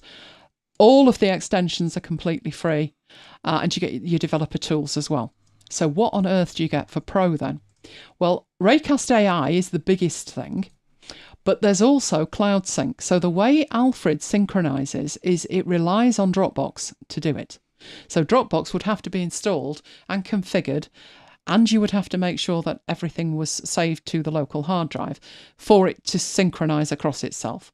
With this one, Cloud Sync, you set it and forget it. You just log into your account and that's it, you're done. It will then synchronize.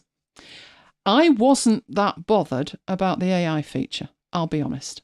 I bought the Pro account, pay for the Pro account for the Cloud Sync. Once I've got multiple machines using Raycast, then I want them all to be configured the same. Prior to that, I was manually synchronizing them. That way madness lies.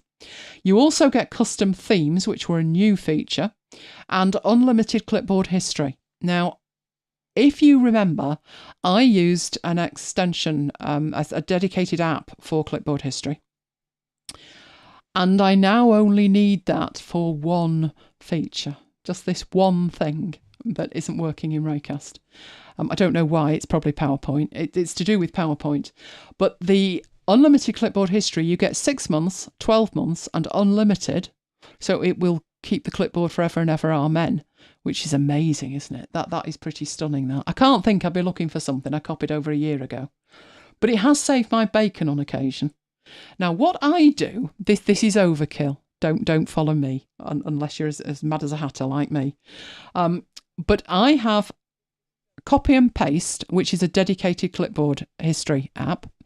I have Alfred's history turned on, and I have Raycast's history turned on. That has saved my hide on a couple of occasions. My primary app is Copy 'em. But the problem with that is if it stops working, which it does every now and then, not often, maybe once every 3-4 months, I go to my clipboard history and I'm like, it's not copied anything for 2 days. I can go to Alfred or I can go to Raycast, and they were my backups. Yesterday, I switched my main clipboard extender to Raycast, but I still have Copy 'em there, and I still have Alfred there, and they are both backing up my history as we go. There's no way I'm losing anything I've copied, which turned out to be most fortuitous earlier, didn't it, Mike? When I couldn't find that Canva link. Oh yeah, that's true. Yes, it disappeared, but it's all right, I had it. So those are the options that you've got price-wise, but everything, right, so what I'm about to show you is a paid-for feature because it's all to do with the AI. But it was requested, so there you go. So, Raycast supports extensions, we've just seen those in the previous section, that extend the core functionality. And there's so many of them, it is always worth going to the store and having a look. It is definitely worth having a look. It's called the Raycast Store, but, as I've mentioned, all the extensions are free. And it's such a great idea to have them all in a single location. Now, that is something that I think that was the primary thing when I spoke to people about why did you move to Raycast? Oh, the store. Because everything was in one place. That is something that Alfred have now copied because they realised that the way that they were doing it, it was great that it was extensible. But how on earth were you supposed to find all the workflows that people had provided because there was no central repository? Right. The update that we're talking about now is the extension. It was the Raycast browser extension. And as you can see, it says install browser extension. So this is definitely for the browser. But I couldn't get my head around, why are we doing this? What's it for? Why do we need this? Because if your browser is Vivaldi or it's Arc, you have dedicated extensions that hook straight into it. So why did we need this generic thing? That's the home page with the link on. It only works in Chromium browsers, which means pretty much every browser, apart from Safari. And if you're on Firefox, no luck with that. It's come out first for Chrome and all the Chromium browsers. So if you're using Vivaldi, if you're using Brave, Microsoft Edge, you name it, they support it. Safari is supposed to be coming soon. It always seems to take a lot longer with Safari. I don't know why, but it does. So you need to go to the Chrome Web Store and you install it from there. Now, if you notice, it doesn't say Raycast browser extension. It says Raycast Companion. And while there were only 13 ratings when I took that, all of them were 5 stars. Now, all it actually does is act as a hook between Raycast and your browser. That's it. It doesn't matter what the browser is. It's not controlling the browser. You need this extension installed for one purpose only, and that is so Raycast can read the content of a web page. That is its sole purpose. So let's go have a look at it. So I already have it installed. As I said, I went to the store with it. So let's have a look at the browser. I think it is up here somewhere. There it is at the end. But it doesn't actually do much. So you can click it and it activates Raycast. And I thought, is that all it does? That's thrilling. But it does do more than that. It does give you access to the content of a page. So if we look at this site here, this is something in France. It's in French. Vendredi, isn't that Friday or Wednesday or something? It's a day, Friday. Isn't it? Friday, there you go. I was right first time. Good grief. I know one French word. Right. What it gives you is the ability to do that, which is just select something like that. And with that selected, if I now bring Raycast to the front and I said, let's translate that to English, shall we? It is acting as the glue between your web page and Raycast. So you don't need to copy it, you don't need to paste it, you don't need to go to ChatGPT. You just say, translate it to English, please. That's it. So it's acting as a hook between the two. Now, in that circumstance, the way that that's actually working is that I have made a selection of it. Now, we're going to have a look at the AI options first, and then I will show you how and why the AI features and this browser extension are inexorably linked to each other. And that's why it's only in the paid account, because you need a pro account to have access to the AI. But we will go into here and we will look at the AI. So in the AI in here, you have all of the AI features. Now, you do need a pro account. So if you go to your account, you will see everything. You see, I'm subscribed, blah, blah, blah, 9th of January. I said I was going to do that over Christmas, but I was still on holiday on the 9th of January. I was putting it off, save a few days. But what it does is tell you over on the right-hand side what you have access to. So the AI is a pro feature, the cloud sync is a pro feature, the custom themes, the unlimited history, the scheduled exports, and the translator. Then there are organization features, which I don't use, and then there are developer features. But these tell you which are the pro features. So when you go into the AI, you can see my quick AI model is ChatGPT 3.5. In there, you open that up and you can see that you get other engines that you can have access to. So I have access here to ChatGPT 3.5, to Claude, to Sonar Small. But when you look at the rest of them in here, even though I have a pro account, I would have to upgrade to the next level, which I think is double. I think instead of $8 a month, I think then it's 16. But that is still cheaper than ChatGPT 4. And obviously, when you look in here, ChatGPT 4 is included.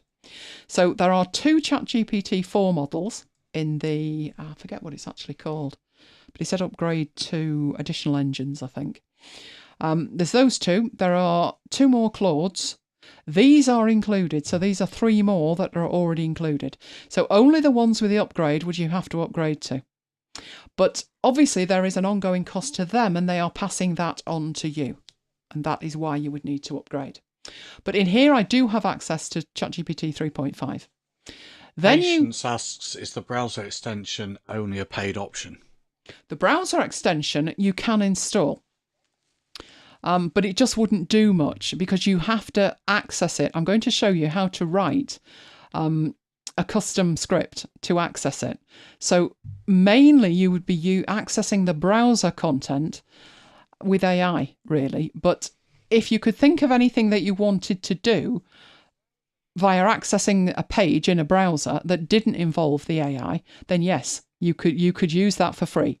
It's not, the browser extension itself is free, and using it is free depending on what you want to do with it. But if you're hooking it up to the AI, the cost is for the AI. But you can install it completely for free. So it tells you what the default primary action is, and you've got a range of those. So you can paste it into the app or you can copy it to the clipboard. Then you can open dedicated chat windows, you can start new chats, you can choose whether the chat window is always on the top, etc., etc. Now this at the bottom is telling you that allows you to bring context or content from your browser tab into Raycast. And it's telling me the last successful connection was today, 6 minutes ago. So that is configured. I clicked the button in there and that was obviously what said to it, I'm here. Right, so what can you do with AI in Alfred? Well, in Raycast. Well, first of all, you go to AI and you've got the ability to open an AI chat, which opens a window. This is the window that you've just told it you want to keep on top. You'll see that you can ask it anything and you can record a hotkey to access it. And you can unlock those advanced AI models if you want to. But you would treat this in the same way as you would treat ChatGPT. You just ask it anything down here. So let's try, does Affinity Publisher support data merge? Let's see what it comes up with. No, it doesn't. It's lying. It's lying. Maybe I'm used to ChatGPT 4. Naughty, naughty. Shall I ask it whether InDesign does? Does InDesign support data merge? Oh, yes, it does. It's still lying, though. Affinity need to get onto that. So it gives you a custom way to interact with AI. Whereas normally what I would do is go in here and you can see ChatGPT is the first one there. And there's all my stuff there. So this gives you this discrete window that you work with. Now I would probably leave that to the side. It can remember multiple chats down here. And you can search the chats and you can toggle that off if you want to. So you're just having a conversation with the AI. That's one thing it does, which is all very well. That I would say that's standard use of AI. But you saw with this that what I actually did was get it to hook into the browser, take this text, run it through a translator, and then put it up and show it to me. So let's have a look at that. Right, what I am going to do is get another window. Let's do that over here. I wonder if it's going to let me do this. Oh, you're not, are you? No, you're not. You're not going to do it in a nice way. And I don't want to drag that across there. So what I'm doing is I'm opening up another window on the other screen so I can see the stuff I need to see. Right, where are we? Not being very helpful at all here. Right, let me get to tonight's show. There we go. That's better. So I can see what I need to see because I'm going to have to copy and paste code. I am not writing code. I'm going to copy and paste it. Okay. So what if we wanted to translate something not into English? What if we wanted to take something like my blog post and translate that into another language? Now, the thing with this is, obviously, I could go in here and I could copy and paste. The problem with doing that is, in my case, there are no ads on this. So I would be able to scroll, and get to the bottom and then copy it and then go and paste it into a translator and do all of that. But you don't need to do that with Raycast. That is what the browser extension does. So what I'm going to do with that, I'm going to go into Raycast. And in here, we have an option which is create AI command. Now, you saw me ask it to translate to English. That was a command I created. Now, wouldn't it be good if I could translate my blog post into Dutch? Then I can send it to Renee, force him to read it. Well, I can do that. So there is the command there, create AI command. So I'm going to press enter on that. And it is going to take me into this window and let me create something that doesn't already exist. So I would want this to be translate to Dutch. Then I would need to type something into the prompt. Now, we all know about ChatGPT prompts, but this has to be pretty specific, so I'm telling it what to look at. Now, one option is to tell it to just translate it, but it isn't going to know what at that point unless I've got it selected. Now, you have two options when it comes to this. You could translate a selection. So where this says translate selection to French, that's a suggestion. What I would want to do in there is pretty much that. So type in translate, and then it was selection in curly brackets. So it says selected text. All I need to do is press enter and then tell it what language. So translate the selection to Dutch. But that would necessitate me, in this case, this article behind here, making a selection, which is a bit arduous. That's a bit arduous, that. And that is what the browser extension was for. Instead of saying selection in curly brackets, let's get rid of that. Go back to the curly brackets. And you'll see it says focused browser tab. That would not be available if I didn't have the browser extension installed. That's what it does. It hooks into, or allows Raycast to hook into, the contents of my browser. So what that puts in the curly brackets is browser-tab. And then I want to translate this to Dutch. At this point, I can carry on filling in the rest of this. So it's going to come up as a command. I am making my own command here. So instead of stars, it would make more sense with that if it was a flag, and then I would know it was a language translation.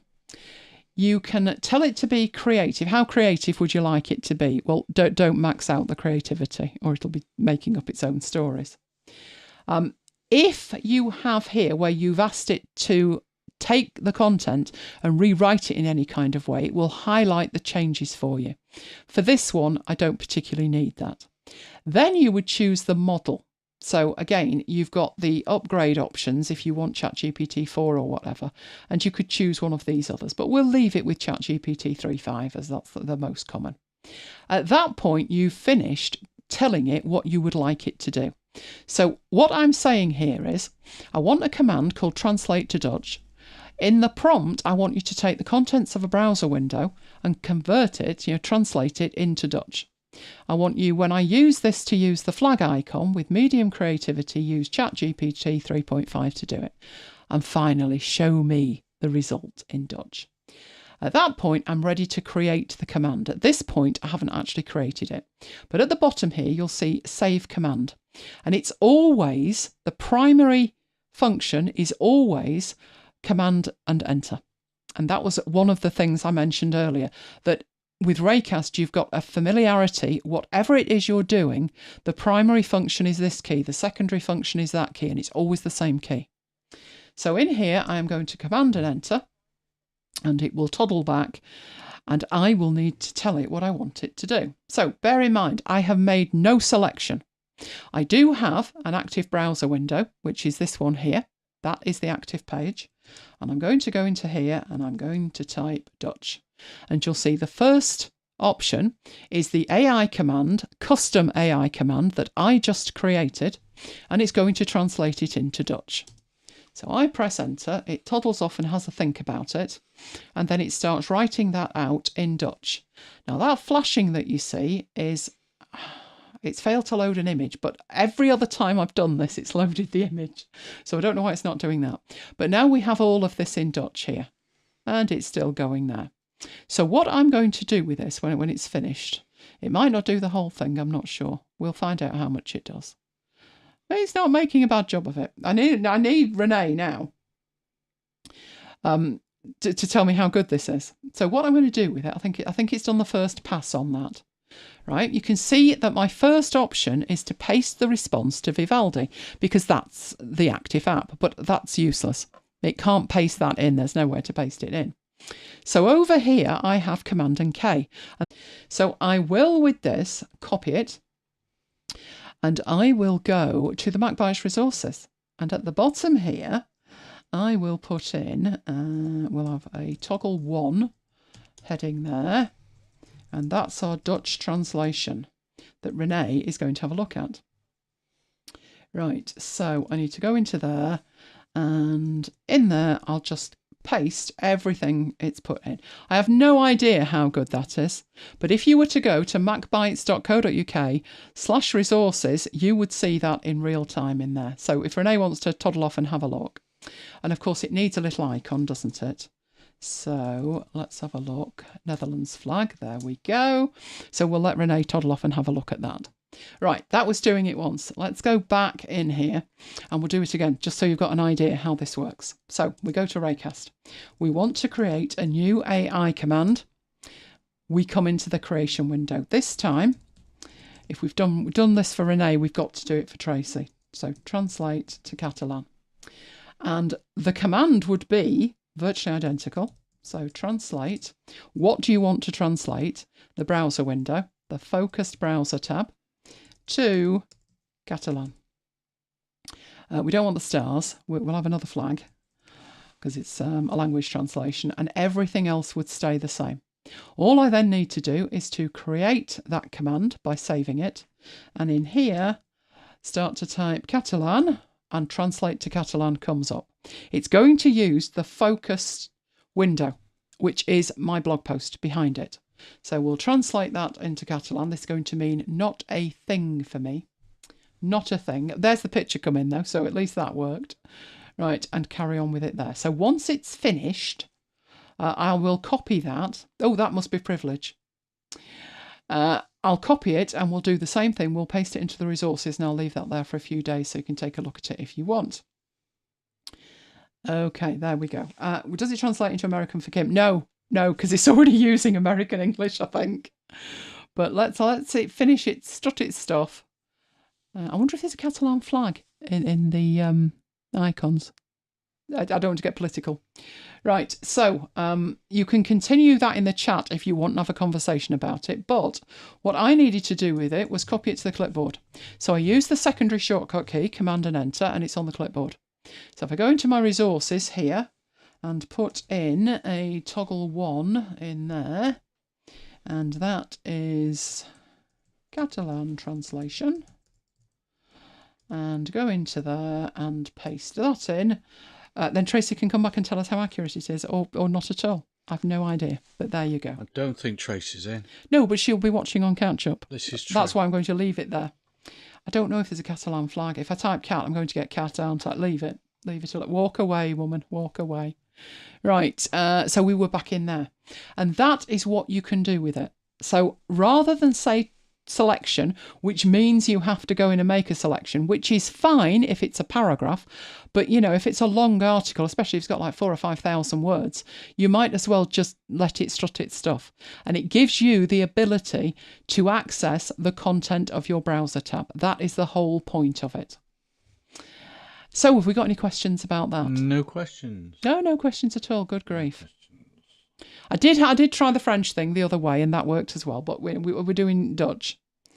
Oh, Renee says it looks great. To be honest, excellent. I can pick out the odd word, and that's about it. But there again, I wrote it, so I know what the words should be. It's interesting that some of the words come through in English, like napkin. It obviously realised, with that being a link, that it didn't need to translate that. I find that fascinating.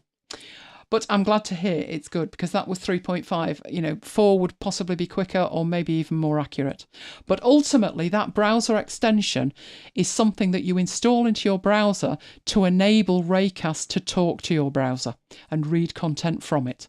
And that's it. That is the sole purpose of that extension.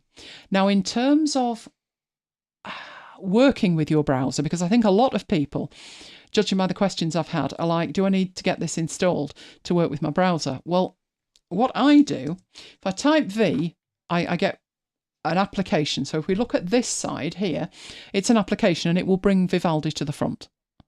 But you'll see that I also have this other option, which is a command, not an application. This is an extension that I have installed for Vivaldi. If you use Arc, install the Arc extension. If you use Edge, install the Edge extension. It is per browser. That is browser specific. But what it will enable you to do, so if I was to press enter, it just brings Vivaldi to the front. But if I type VIV, that lets me search the tabs.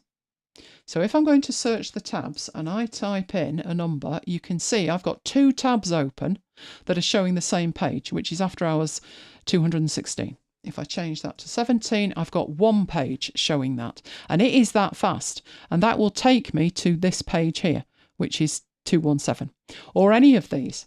So if I typed in resources, I've got these here.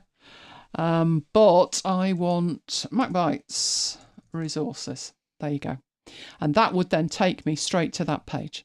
So in here, in addition to the MacBites workspace, I have an admin workspace, a production workspace, YouTube, social, reading, I like to read, 26 tabs, and a focus tab. And the focus tab is what I'm working on at the moment. It searches across all of them.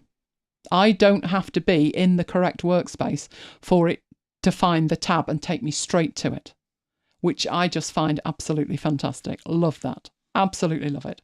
So what I've trained Raycast to do is if I want just Vivaldi bringing to the front, I only type V. I don't type any more, just V. And it took 2 minutes to train it to do that. But if I want to search the tabs, I type VIV. If I wanted to search my history, I would probably type history. Now, what has happened here is maybe I could do vhist, right? If I did vhist or vhist, or even VH, Vivaldi history, it would take me straight there. But if I wanted to train it not to use the history from ChatGPT, or the clipboard history, or the calculator history, I wanted it to go there, then I would just type hist, press enter, and do that 2 or 3 times. And that is training the algorithm to put it at the top of the list. But to be honest, I would probably type vhist for that. And, I've started basic... Oh, good grief. vhist. There we go. That way I know it's Vivaldi. I would always put the V at the beginning and then follow it by what exactly I want. And then it will search and do exactly what I want. I use my browser, I think, in a different way than you use yours, Mike. You're a bit open a page, use it, close it. That's what browser's for. No. I leave tabs open that, I'm working on this week and then access them directly. So to me, a browser is more than just, I want to look at a web page, I'll open it up, look at it and then close it. It's more than that because I've got Notion in it.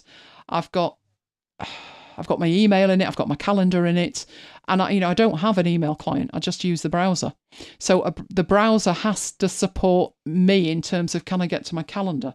So if I did the search tabs thing and then put calendar, you can see there's my calendar. So that is what I do with it. But that is a dedicated browser extension that is hooking it into Vivaldi. For that, you can get Arc, you can get Safari, you can get Firefox, you can get all of the browsers. That is not what Raycast have released. What Raycast have released is a hook into any Chromium browser that will enable you to read into Vivaldi or for Raycast to read any page that is open in your browser. So, do we have any questions on that? No, but Neil agrees with me. My kind of man, he says. And, No. and Carol fought for ages to get a hubby to open a second browser tab. Oh, Carol, but it's a slippery slope, isn't it? Once he's opened one, that's it. There'll be 300. No, I do open multiple things, but you can see what I've got open there. I mean, these are all the things that I'll be using tonight. So these at the top This is what I have open for MacBites all the time. So here's series 4 of After Hours. That's tonight's show. That's next week's show. This is the Obsidian series. No Obsidian tonight, but it will return. Then I've got my Showtime tracker, which is where Mike's putting all the questions in and stuff. These are the resources, and these are for my demos. So now I've shown you the Raycast thing, I can close that. Probably don't need the Your App Died. Don't need that one anymore. But these I'm coming on to use, so I do. So I'll only close them when I've finished with them. So no, I live in my browser. Absolutely live in it. I'm telling you, live in it. Okay, if we have no questions on that, we will go into here. Something else in the browser, which is Canva. So we are looking specifically at Canva Bulk Create. So we looked at Canva originally, I think it was just over a year ago. I think it was. Let me think. Yes, I think it was. We looked at, there you go, March last year. So it was episodes 187 and 188. And we looked at, this was around the time that they were doing their Canva Create stuff, and they were adding in a lot of AI. They were calling it magic, but it was AI added in. But we didn't look at Bulk Create. So Canva Bulk Create is basically data merge, but it's data merge to a design in Canva. So that's what we're looking at tonight. So we need a browser back, don't we? Oh, we do. So let's toddle that back. Right. So in here, I was going to use this template. That's what I was going to do with it. I've just realised I need another tab. I'll find that over here. Let's do that and do that. Hopefully it'll go to the right place and I'll get my data. Otherwise I am going to be grumpy. Right, there it is. Oh, excellent. Right, got exactly what I need. So you can search on Canva for any design. So I picked this design. Pro tip, now it's happened to us. Hey, Mike. I used this, I did it, it worked, it was great. So, you know, behind the scenes went well. Rehearsals went fine. When I came to find this template again, I was getting a 404. Can't find it. Luckily, I found it in my browser history, because my browser history, you nuke your browser history as well, don't you? I nuke my browser history when I'm troubleshooting. Yes, I never do that. My browser history in Vivaldi goes back to 2018. I used to sync my browser history. Well, I used to sync the whole of Chrome with my work laptop. And regularly they would say at work, clear your browser history completely. Oh. So I turned the sync off. I can't be doing with that. No, I think it goes back to 2018 fully, but 2016 was like the first one. And I can search all of that and it doesn't slow it down. So luckily, I found the link. This is the one I'm using. What I wanted to do with this was make a simple data merge, basically. So I took this and said, I'll customize that template. So what I'm doing at this end is I'm taking this and I'm creating the design first. So it didn't look anything like I wanted it to look, give or take. I like the background, the rest of it less so. So what I started doing with this was I selected all of this and moved this into place. And that needed to be bigger because I wasn't quite sure how long the stuff was that I was going to do. But that's not bad.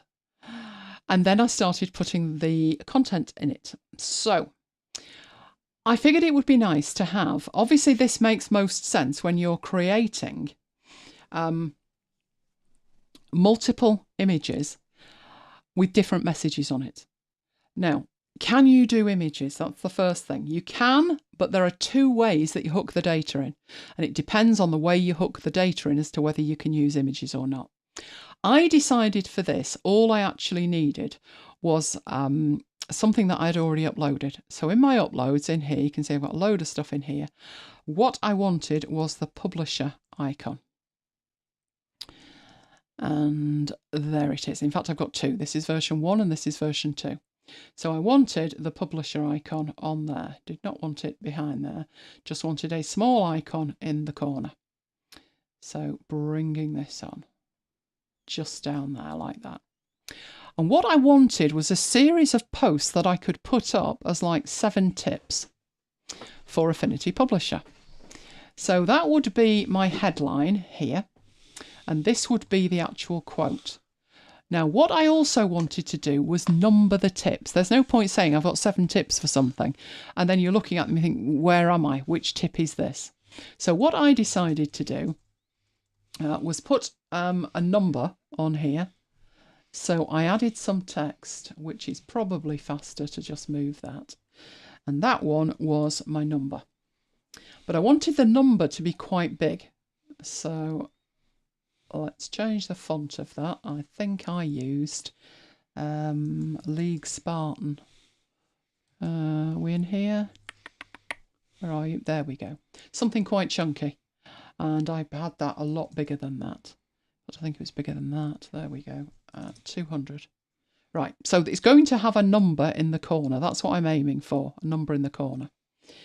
Then, as I say, I want my headline. So that there would be my headline.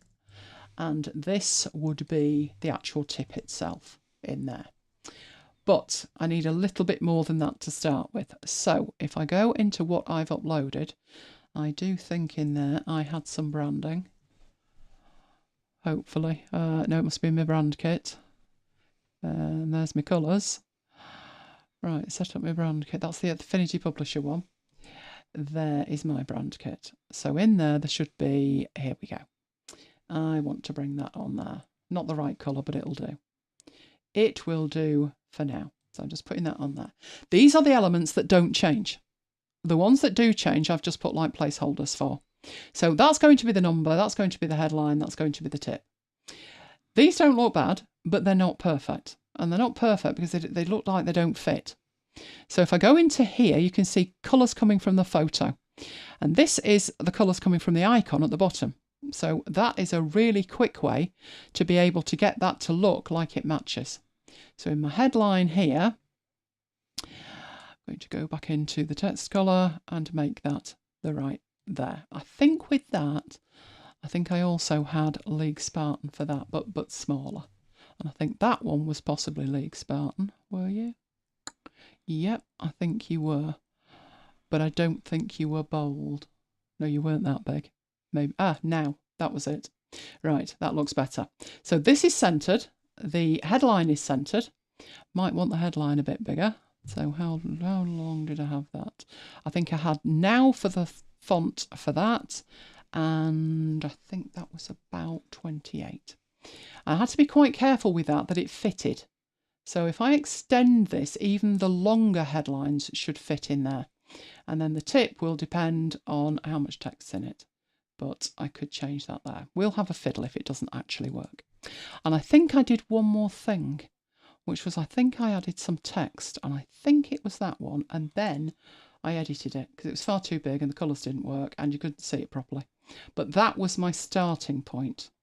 And then in there, I think I put Affinity Publisher. So obviously it needs to be smaller, etc. So let's take that down.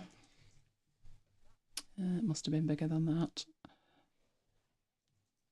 So this is your initial design. That is going to say Publisher. And I didn't want that to look anything like that. So I think I left you alone, but there was a style, wasn't there? In the effects, instead of having it hollow, I didn't want that. And it needed to be much smaller. Although I think it could be bigger than that. No. We're almost there. 35, 34 might do it. Let's go for 34. Perfect. Apart from the colour. Right, so the colour doesn't work for that. But we'll drag it down anyway. And we will make that white. Which I think does stand out. And I need to grab the top one, make that white. And we're pretty much good to go. But the problem is, of course, where's the data coming from? Now, because I've used it, it's appearing on the left-hand side here under Bulk Create. But if you haven't used it, you won't find it there at all. You need to go into Apps, and in here under More from Canva, you will find all of the options. Now, there's a lot of stuff in there, a lot of stuff. So you could, at the top, filter for bulk. And if you do that, there's your bulk create. As soon as you've accessed that, it will add it down here. So you can see I've used the photo editor and the translate, and it's put the bulk edit in the middle there. So I'm going to click on bulk edit. Now, this is the point where you've got two options. You can either enter the data manually, that way madness lies, unless you've got like more than, you've got less than two, or you can upload the data. Now, the data that I have got open in a browser tab, which I will endeavour to bring across here. There is my data. So there are 3 fields in it. There's the number at the top in column A. There is the headline in column B, and the actual tip itself in column C. And you can see that they're quite long, which is why I didn't want that too big. That is my source data. You can see at the bottom, this is Canva data for Affinity Publisher, and this is 7 tips for new users. Now, you could copy and paste this from here, but why fiddle? That way madness lies. You'll only lose something. So you can click on download, and you're looking to create a comma-separated file for this to work, which is just a text file where the values, the 3 fields, are separated with commas. So I'm going to click on there. It should download that. It will put it in my downloads folder. So folder search, downloads, remember? And there it is, Canva data. So if we look at that, it shows it you, if I preview it, it looks like a table. But actually, it's not a table. So if I open that with Sublime, you will see that you have one line for the headings, and then each record, which is 3 fields worth, has its own line. And each field is separated with a comma. So the first field is the number, the second field is the headline, and the third field there is the actual content. That is what a comma-separated file looks like. But you don't need to even look at that. Just download it. There you go. That's it. So I'm going to move that out of the way while we go back to, where were we? Were we in here? No. There, we were in there. So it's asking us to add our data. So you do have the option to enter it manually. If you do that, you get a mini sheet up there. Do not use this. It is garbage. You can't widen the columns. I got to a stage where I couldn't edit it either. Now, you might think, why'd they bother putting it there? Well, this is where you could paste your content in. And this is where you can add an image in. You cannot add an image into the CSV because obviously Canva doesn't know where the image is, and you can't put an image in a text format of file. But in here, you could add an image. It would add this field to it. You could click plus, and you could search for whatever it is you're looking for. So, for example, in Scrivener, of course, and it's telling me I've got nothing in there, but I did add one to it. So you could do that. But I don't want to use that. That is not the best way to do it. Especially the more data you've got, the better it is to automatically do it with a CSV file. So I'm going to choose to upload the data. And that is going to need to be pointed at my downloads folder. So there's my Canva data that you just saw me download from Google Sheets. And I am going to open it in there. And that should have done that. I'd love to know why it didn't. So let's go back over here. There we go. Right. So we've done step 1. We've hooked it up. We're now on stage 2. This will give you a block in here. So each of these blocks is one field within your record. And there were 3 fields. So that's why we've got 3 blocks. You could have, depending on your source data, especially if it's come from somebody else, fields and fields and fields and fields of it. That's why there's a search at the top. It's less useful if you've got 3. But we'll go with that because 3 is all we need. So there is my number. So I need to get that in there. So it's saying right-click an element in the page to connect it. So the number needs to be connected with the number. So over there, if I right-click on that, you can see I have a connect data option. And what it shows me are the 3 fields. So I'm going to go for number. Now, it does look hideous because it's putting in the whole of the text number, and because it's so big, it shoots off the end. But trust me, it will all even itself out. Right, these two are the next ones that I need, and this text is looking mighty big. So I'm going to change that text to 22. So it's a bit smaller, so we can get all of that on it. But in the headline, I need to right-click the headline and connect that to the data, which is going to headline there. And then the actual tip itself, right-click on that and connect that to the data, which is the tip itself, like that. So I've hooked up my three elements, the number, the headline and the tip. And it even gives you a tick to tell you these are all hooked up now. And then all you need to do is to continue. And then what it's showing you is you get an option to exclude certain records.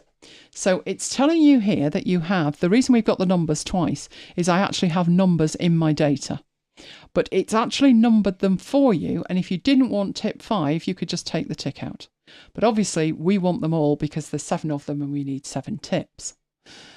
And then all you need to do is generate all 7 designs. So click the button, it has a think about it, and just like Affinity Publisher, it opens up a completely new file with everything in there. So obviously our number is here, the title is at the top, and our tip is underneath that. And this new document has 7 pages.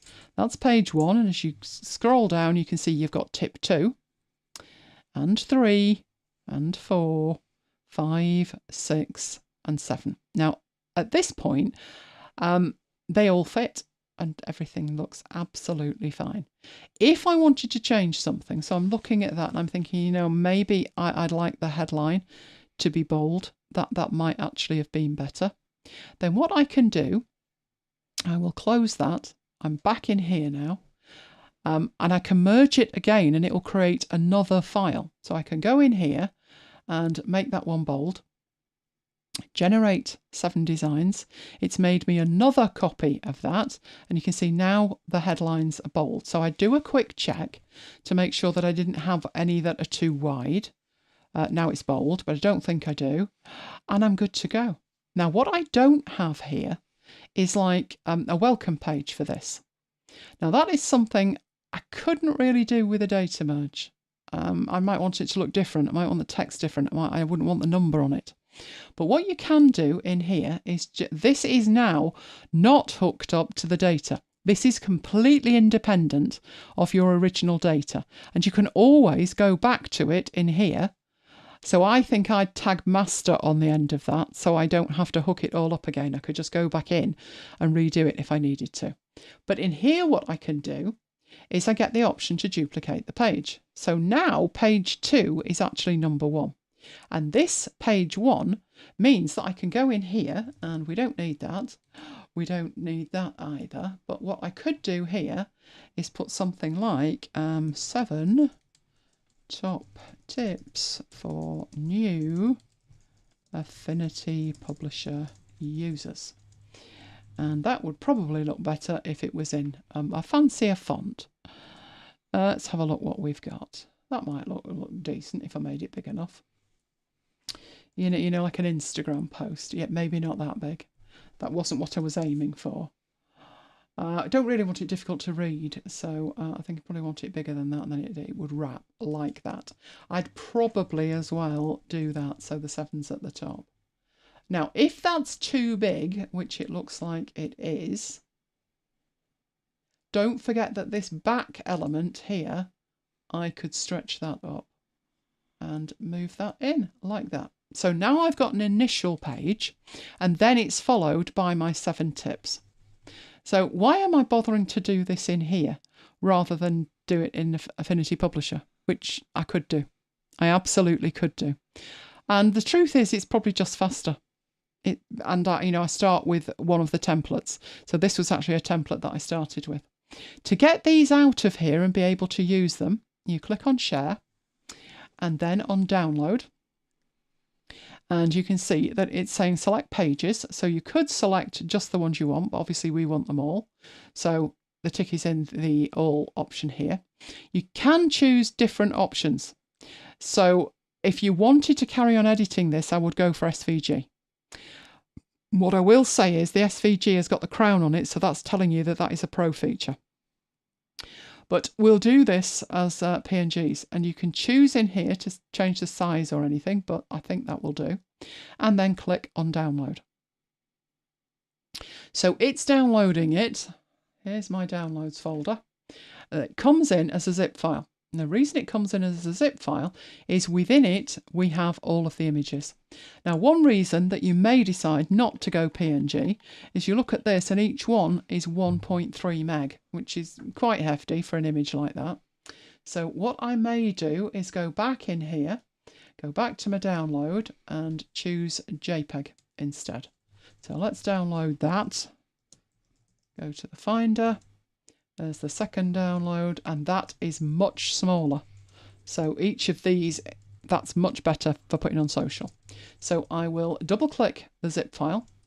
That will open that up in a folder. And in the folder, I have my 8 images. So there's my cover image to say there's 7 top tips for new Affinity Publisher users coming. And then there are the actual tips themselves. And that didn't take that long at all. In fact, I think it's a great idea to separate the creation of the content from the actual, well, the design of the content from the creation of it. So I'm sat in front of a spreadsheet and I'm just typing stuff in. When I go to the design aspect of it, I do not really want to waste time thinking about the content. I should really just be copying and pasting. It's very difficult to concern myself with the actual words and the design at the same time. I start changing things like, oh, that word's 2 characters too long. It doesn't fit properly. So I like to separate the two, and this enables you to do that really, really well. I was saying to you, wasn't I, that I remember when Web 2.0 was first talked about and people were saying it was a platform. And I couldn't ever foresee the day when you would have an app in a window rather than an app on your desktop. But I think Canva is a great example of that it really is a platform and an app all rolled into one. I think it's amazing that you can do data merge with it. Now, as I say, your problem with doing data merge with it is if you want to include images, you're going to have to copy and paste your data into their somewhat clunky interface. So you can choose the images, and the images would have to be chosen one at a time. I'm hoping in the future they solve that problem. That would be great. So do we have any questions on that? I don't think there is. Jammy's asked if Canva's worth the sub. I said it is for me, but its mileage may vary. I think it is. I had an account for a long, long time, probably going back to when it very first started, because I remember there was a big social push with Nick Kawasaki. And I thought, well, it's okay. But, you know, I'm using Adobe Illustrator, I'm using Affinity Designer, I don't really need this. And I left it a long, long time. And I saw somebody demo it. I think this was about 3 years ago. And I thought, whoa, that's changed. So I went back and had another look at it. And for me, it was purely the speed that I can create stuff. So if you look at, let's get to the home page on it. If you look at the stuff that I've done, obviously some of these are just the demo things, but this is where I do my Feedback Friday stuff and my What You're Doing This Week. People give you certificates when you've attended stuff. They send you a certificate and you can fill your own certificate in. So there's a lot of Friday stuff, Feedback Friday. There's the birthday things for the Affinity apps. I've put the sale items in for the Scrivener stuff, and all of my Scrivener stuff is in here. And it's just faster. I just find it quicker. So if I'm doing something that I'm not particularly concerned about, I'll probably do it in here. And I'll just look for something. So let's say I'm looking for, birthday. I will probably find a template that will do. So if I want to send a birthday wish to somebody, that's great. That is what I'll use. I could source it myself from somewhere like Envato Elements, but it's just quicker. I did actually with one last year. Let me have a look if I can find it. It was chocolate. It was World Chocolate Day. In my projects. There it is. World Chocolate Day last July. And that's a friend of mine called Kathy, and she is obsessed with chocolate. She absolutely loves chocolate. So I heard it was World Chocolate Day and she didn't know. So I thought, I'll make this and I'll send it to her. You know, today's your day. So I just searched for chocolate and that was it. It was done. So it was something that, you know, it wasn't for a client. Well, I wasn't being paid for it. It was just something, you know, it'd be cute to send her this on World Chocolate Day. Just quicker. So for me, yes, it was worth it. Now, what we did, I got a pro account first. And if you go into, let's go back to the home thing here. Does it tell you? Yeah. If you look here, the account, oh, no, my account is me, but you can have a team. So our team is Giles Thomas, and you can see that there's next to the person thing, there's two. And what happened was I created the account, and about 6 weeks later, I'd heard of people who had been given a free team, which is obviously halving the cost to you. So I think it's about £110, £120 a year. And I just got this email and it said, you know, hit upgrade to your free team. So I said to Mike, I've got your free Canva account. So we both have access. I have access to my own stuff, but we had shared stuff as well, and shared brand stuff as well. Yeah, what they called brand libraries. Brand kits. That's it, brand kits. So you can see I've got a range of, Mike's got his Excel trainer stuff, and I've got Scrivener and me and the MacBites brand. It just makes creating that easier. So I don't have to say to him, well, Mike doesn't have to say where's the MacBites logo and what colour is midnight blue. It's in the brand kit. So yes, for us, it definitely is. What I would say, if you want to have multiple people use it, set up one account first, and fingers crossed, they'll then, within a couple of months, offer you a freebie upgrade, which was what happened. I had heard of people who had done that, but they had paid for accounts long before me. And I thought, clearly that offer's gone off, which it had. So Mike said, oh, I'm not bothered. I'll use your account. And then it just came through. So now we've both got an account. So I would say, yes, it is purely for speed.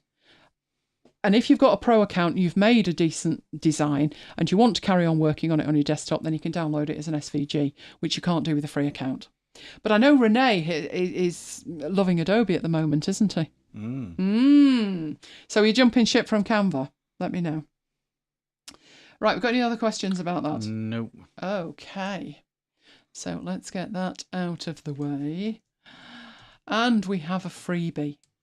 The reason I'm talking about this freebie is I needed it this week. If you go to the Amazon site, developer.amazon.com, you can actually download the font that they paid to have created called Amazon Ember, which is the one they use on the Kindle, and it is a beautiful font. The reason I was downloading it was quite strange, to be honest. Let me show you what I did. Let's get Vivaldi back, and I was updating my speed dials in here. So if you look here, I've got my Amazon Daily Deals, my free Kindle books.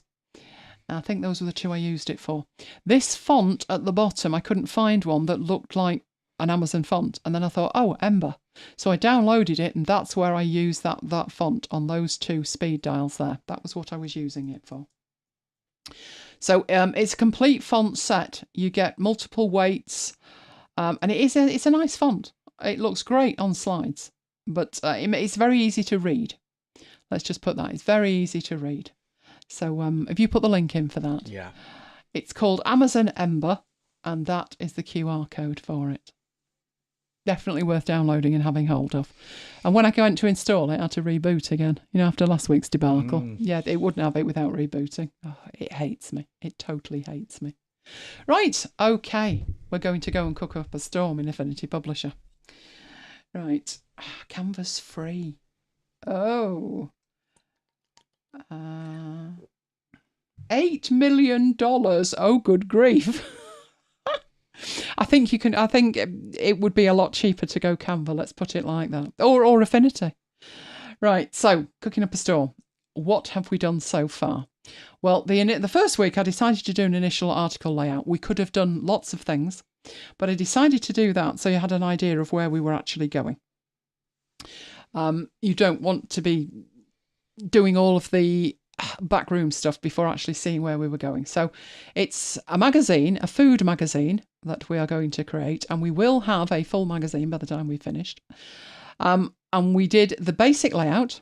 Last week, we deep dived text styles. I did have a couple of emails and people were like, thank you. I was still confused. As I said, there was a link that you put in last week to the full session. I think it was the import and the export, and the fact that a good way to think about it is just back up. When you back up the document, you're only backing up the styles. Don't worry about the data. You don't need to. The other thing that we did was we created the logo itself for Foodie magazine. So this time we will be creating assets from that, and we're starting off with colours. So let's head into here. Right.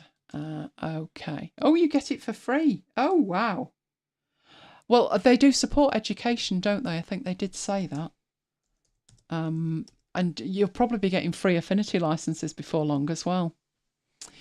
Right. So what I'm going to do in here, I already have a file ready to do this with. So where is my file? There we go. Right, this is what I've got in here. These are 2 collections of colours that I'm going to be using. These on the left hand side are going to be the primary colours, and these are my secondary accent colours that I may or may not use. Each of these is just a shape, and I have put the name of the colour next to them.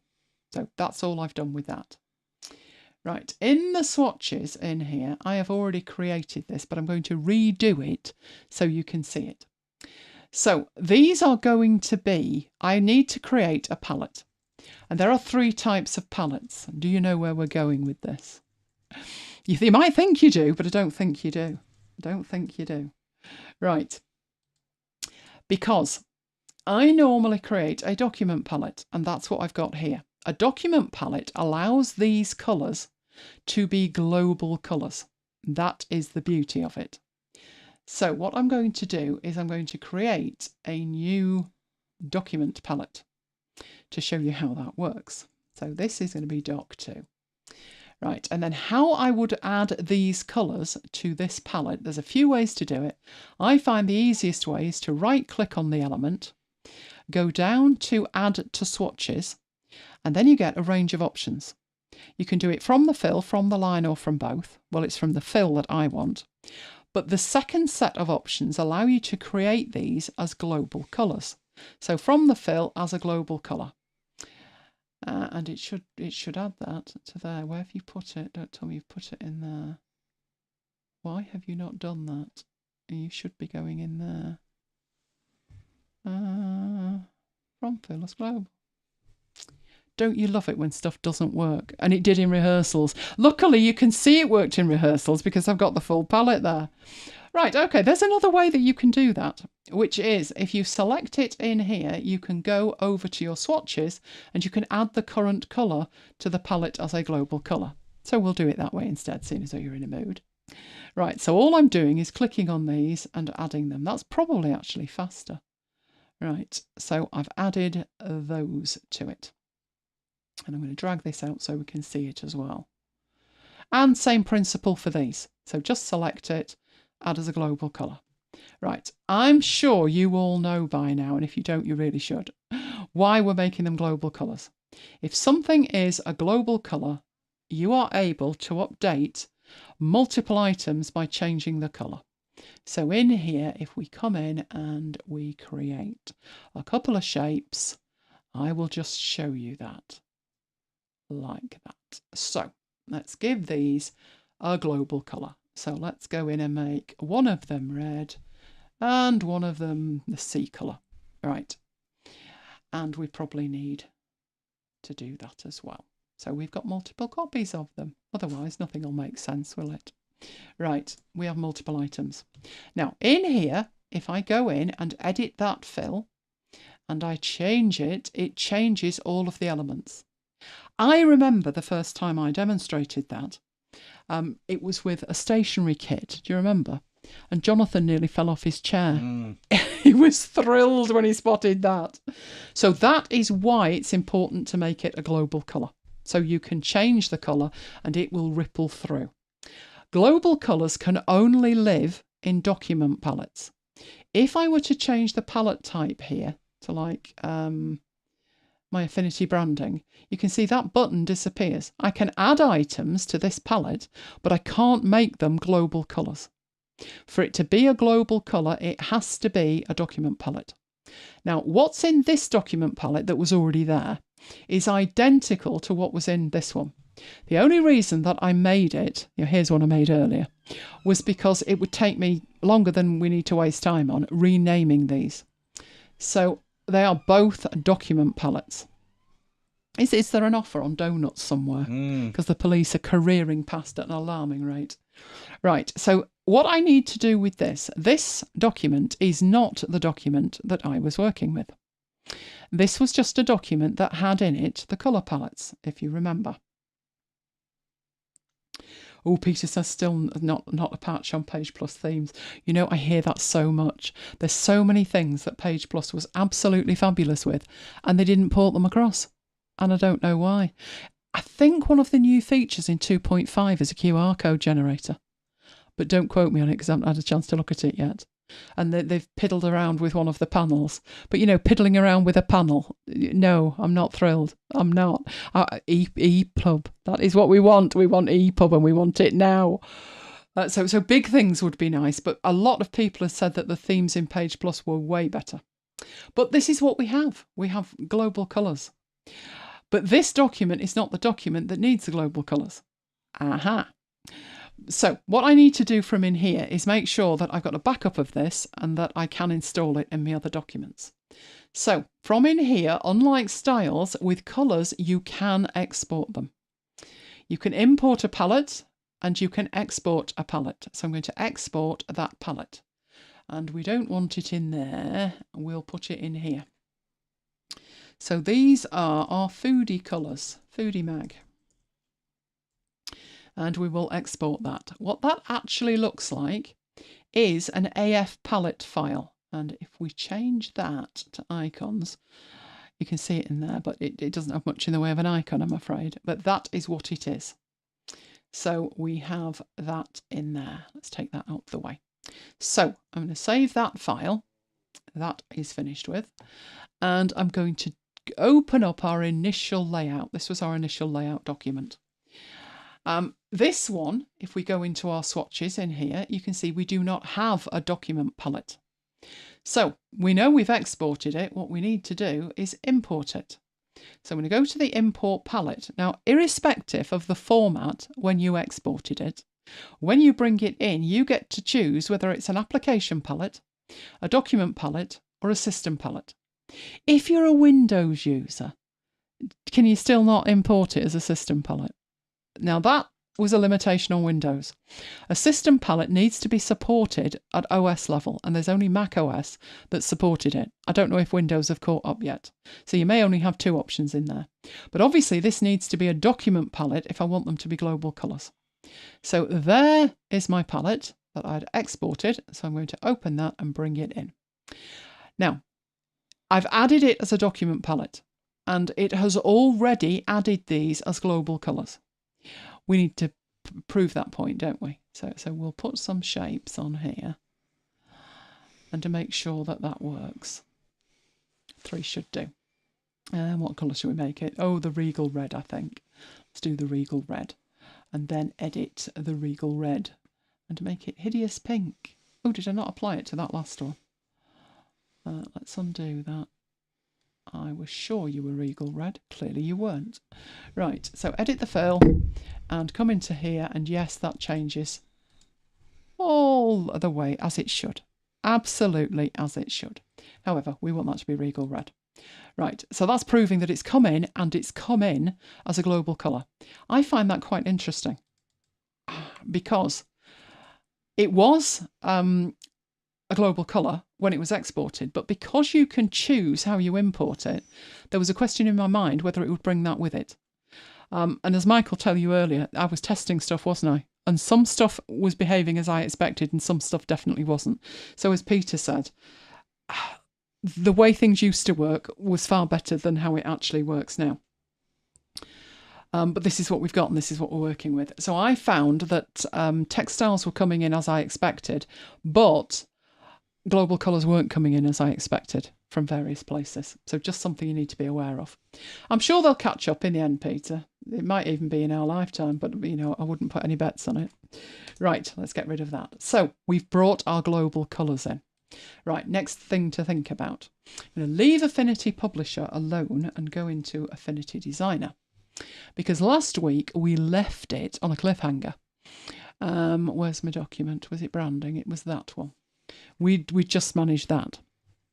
And I said I thought the kerning was off on the F and I couldn't live with it, so I fixed it. Right. But what I did was I separated it for two reasons. One, the kerning just would not behave itself. So I separated the F from the rest of the word foodie. But then I decided that the double O in the middle would need to have the option to be recoloured depending on the content of the cover. So I thought it would be better to separate the double O from everything as well. And the reason that I've got two of them is Foodie Magazine is the artboard. And then when you open that, you can see I've got a curves version at the bottom and I've got this editable version at the top. So one is an editable font and the other is curves. If I want to be able to change the content of that, then I'm going to need the editable one. But I decided I would do it as both and then we worry about that later. Right, so in here, I want to add these. I mean, this is actually the masthead. And maybe I want versions of the magazine separate and the foodie thing separate. But all I'm doing at the moment is a very basic thing to show you how the assets work. So I've got tutorial assets as a collection of assets, but you can create a completely new category of assets. So if I'm going to put all my foodie mag content, so foodie magazine, I might as well have a completely new asset panel, a whole collection of assets. Now, if you look in here, some of these have got a chain icon and some haven't. So this Simply Flat Icons doesn't have, neither does the Foodie magazine, but all of the others do. What's that about? This was added in version 2. In version 1, the assets within an asset panel of all three applications work within all of the other applications. So if I have one of these in Designer, I can export my assets and bring them into Publisher. But they don't keep in sync. Now, this is something that would be nice if they could piggyback on Canva's infrastructure. That they could sync via the cloud. Oh, I'm getting excited now. And we haven't even got EPUB yet. But that would be nice. It would be more in tune with how Affinity, Adobe Creative Cloud works, where you can synchronize libraries. But what you can do in here at the moment is in here you have the ability to link a category. And what it's talking about is, at the moment, this is Foodie Magazine. And these are the assets. So if I click on the first one here, which is the editable one, and I go to the burger menu, I can add from the selection and it makes an editable, it adds it over there. I can rename that. Do I need to know it's editable? I think I'd probably put foodie and I'd probably put text or editable after it so I know which one it is. And then the curves, I'd do the same thing and add that. Add from selection. It's going to call it curves. I can go in there and rename that. That one would be foodie and I would put curves after that so I know which is which. Right, that is what is happening inside Designer. If I switch to Publisher and I switch to my assets in here, you can see I've got stuff in here and some of them have got links on them and some of them haven't. Like Mike's branding in the demo assets, they haven't. And we do not have in here Foodie Magazine. So the old way of doing that would be to switch to Designer and export these, because these can be exported. You can go up here and export assets and it will create you an asset file. But your problem is they're not synchronized in any kind of way. But if you go up here and you link the category, you get your link icon next to it. Now, I don't know if it'd need a reboot. Oh, let's find out. Let's go over to Publisher and have a look in here, and Foodie Magazine instantly appears.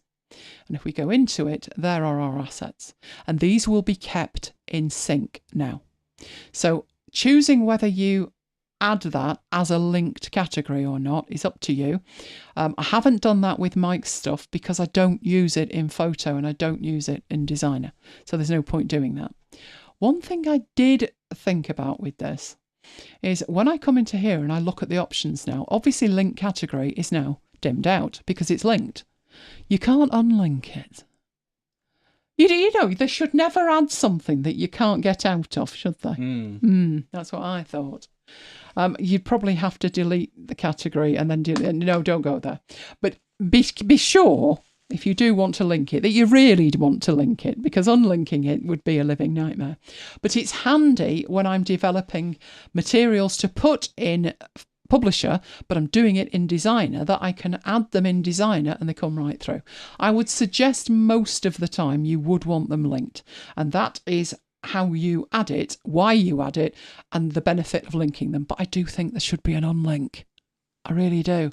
Because now maybe they've not done it because it's easy to say, you know, appear in Publisher, appear in Photo, that's easy. But if you were to unlink, what would then happen? Would you get like orphaned asset panels in each thing, or would it just delete it? So that's probably why they've left it alone, but just be aware that you can do that. And I think most of the time once you've done it, you'll stick with it. So that is me adding the stuff in Designer via this assets. Now at this stage, I would probably, because these assets, while they are appearing in multiple apps, they are not backed up anywhere at the moment. They live where they live within the folder structure of all of the Affinity apps. They are not backed up at the moment. So if I want to use them on another machine, I've got a couple of options. I could choose to embed the assets in the file, or I could back them up. And I think backing them up is a jolly good idea. So that is really simple. Doesn't matter. Oh, what have you done now? Dock yourself. Where are we? That's right there. Backing them up is really simple. You have an option in here to import assets and export assets. So you would literally just export it.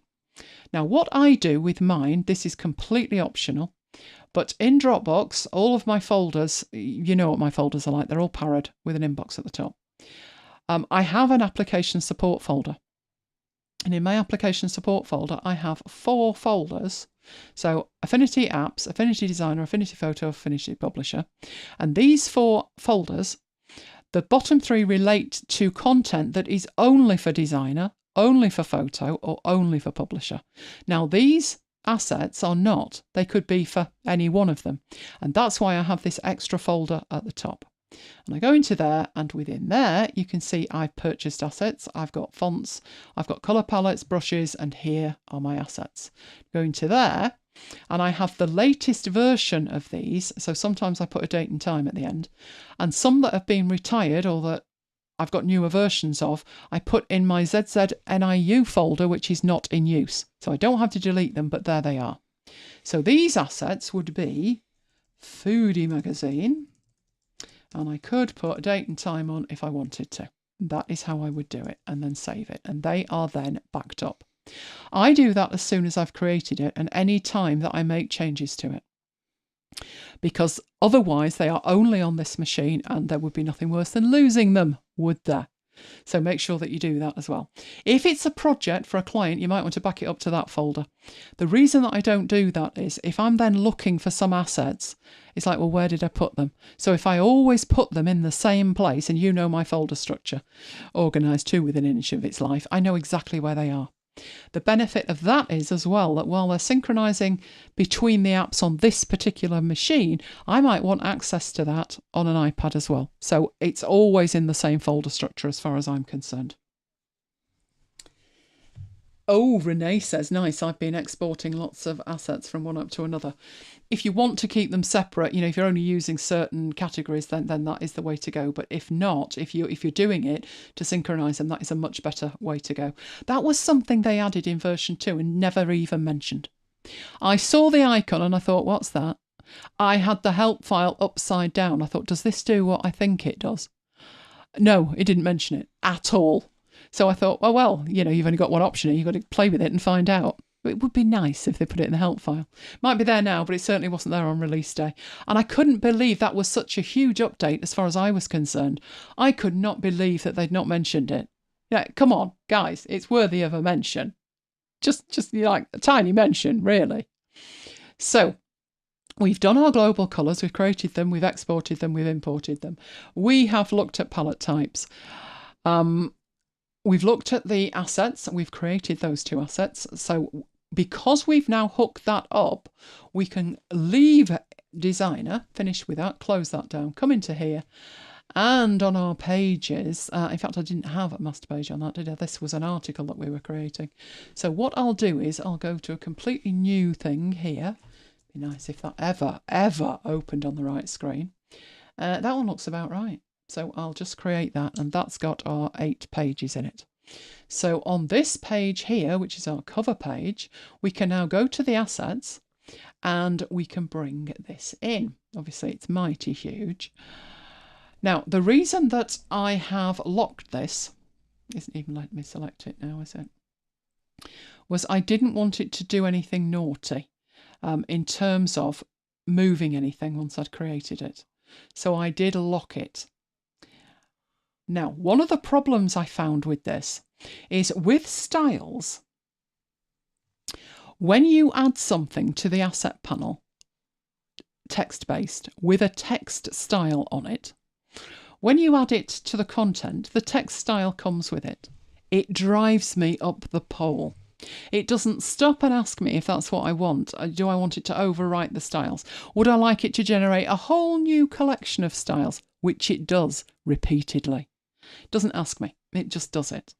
So I looked at this and I thought, I wonder here what will happen to these colours. This was a global colour. Did it bring it in as a global colour? Mike and I had a discussion about this. He came to the conclusion it shouldn't. I came to the conclusion, give me an option. But no, it doesn't. So if we look at this document that we have, and we look at our swatches, we do not have a document palette. So while this is the right colour, and this one would also be the right colour, obviously way the wrong size, but the right colour, it wouldn't update. So let's drag that down. Let's get that on there so we can see it. It's not a global colour. So one of the things I would need to do with that is format it, drag those in and apply the format. So I will show you what to do with it. Did we have a question there? Yeah, if there's time, can you show us where to find the icon to export you mentioned that wasn't listed in the help files? The icon to export wasn't listed in the help files. I was talking about the chain icon. It didn't explain the chain icon. But in terms of exporting, if you want to export your assets, you go up and you can export your assets. You can also export the colour palettes. What you can't export is styles. So everything else can be exported, and it is always available from the burger menu and that one there. What I was saying about the icon, that it wasn't in the help file, was this icon, the chain icon. It didn't explain what it did, and it was new. It just appeared in version 2 with no explanation of what it did. So it was a case of play around and find out.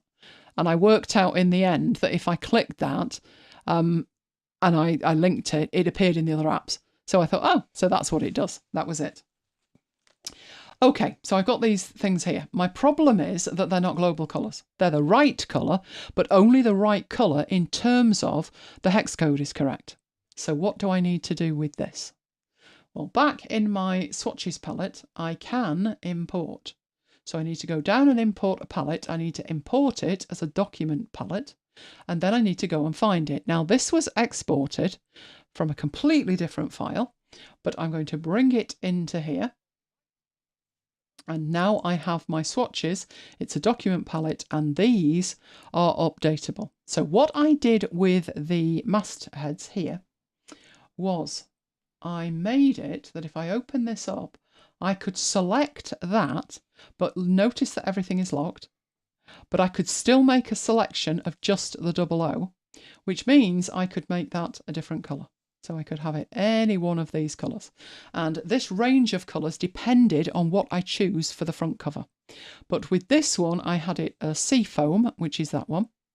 And this one, so I'm going to, that's the editable one. I'm going to this one, opening up Foodie, and there is the 00. And that one, I'm going to make Regal Red. And to prove that that has worked, I will need some shapes down here. So we will paste that like that and bring some more of those on. Here they all are. Right, they're not all the right colour here. We need at least 2 of these to be that colour. And then when we go in here, and we may need to edit that, we change our branding, right? You can see what happens is not only do these 2 shapes change, but so does this. But the rest of that is locked and dealt with. Now I'm undoing that because those are the colours that we need, but the red would work exactly the same way. So let's edit that and make that a lurid blue. There we go. So you can see that changing.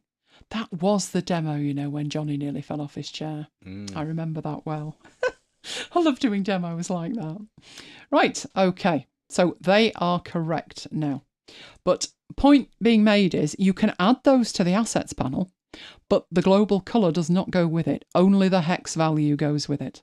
So if you do want to have an accent colour running through an issue, you would, as soon as you add that into your document, need to make sure that you go in, you import your document palette with your global colours in and apply them, which is why I've made it easy over here by separating everything, that I can just select the 00 and I can select just the 00 there, so I can change the colour, because I know after all my testing I am going to need to be able to do that. So we've added in that as well. Now, one thing that we didn't do, and whenever I do this, people run away screaming. I don't know why. Don't run away screaming. Right, this is the document that we started with. So this is, let's get that out of the way. This was the initial layout. And one of the things with the initial layout is this is just sample text at the moment, which is absolutely fine. In here, I would probably want to make that, I think Mocha I made it, which again, the global colours are in this file as well. But you know, I can change all of this depending on the image that's behind it. Obviously, if I had a darker image, that would work. I don't want it red or frighten people, right? But all of these global colours could be applied to this. So we'll make that a nice Mocha colour. But the one thing we didn't do with this initial layout, so I would do an initial layout like this.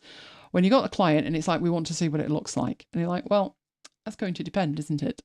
Because there's a lot of work to do that's unseen. You need to create a baseline grid. You need to create a whole range of text styles. You need to create your columns for layout. You need your margins, all of that. And there's nothing to see. So by throwing together a very quick layout, you get feedback from the client. If I don't like this, I don't want that there. And then you've got that information. So when you go back to think about the initial document setup from scratch, because adding this content is really easy after that, but you've got the right feedback so you don't have to fiddle and change a lot of stuff. So the first thing we need to create here is a baseline grid. There is no baseline grid at the moment, and so many people run away screaming when I talk about a baseline grid, because it's like, I don't know what that is, and I don't particularly want to. It sounds complicated, but it's not complicated. Right, the baseline grid is literally you prepping the page. If you think about when you were at school, you probably had notepaper.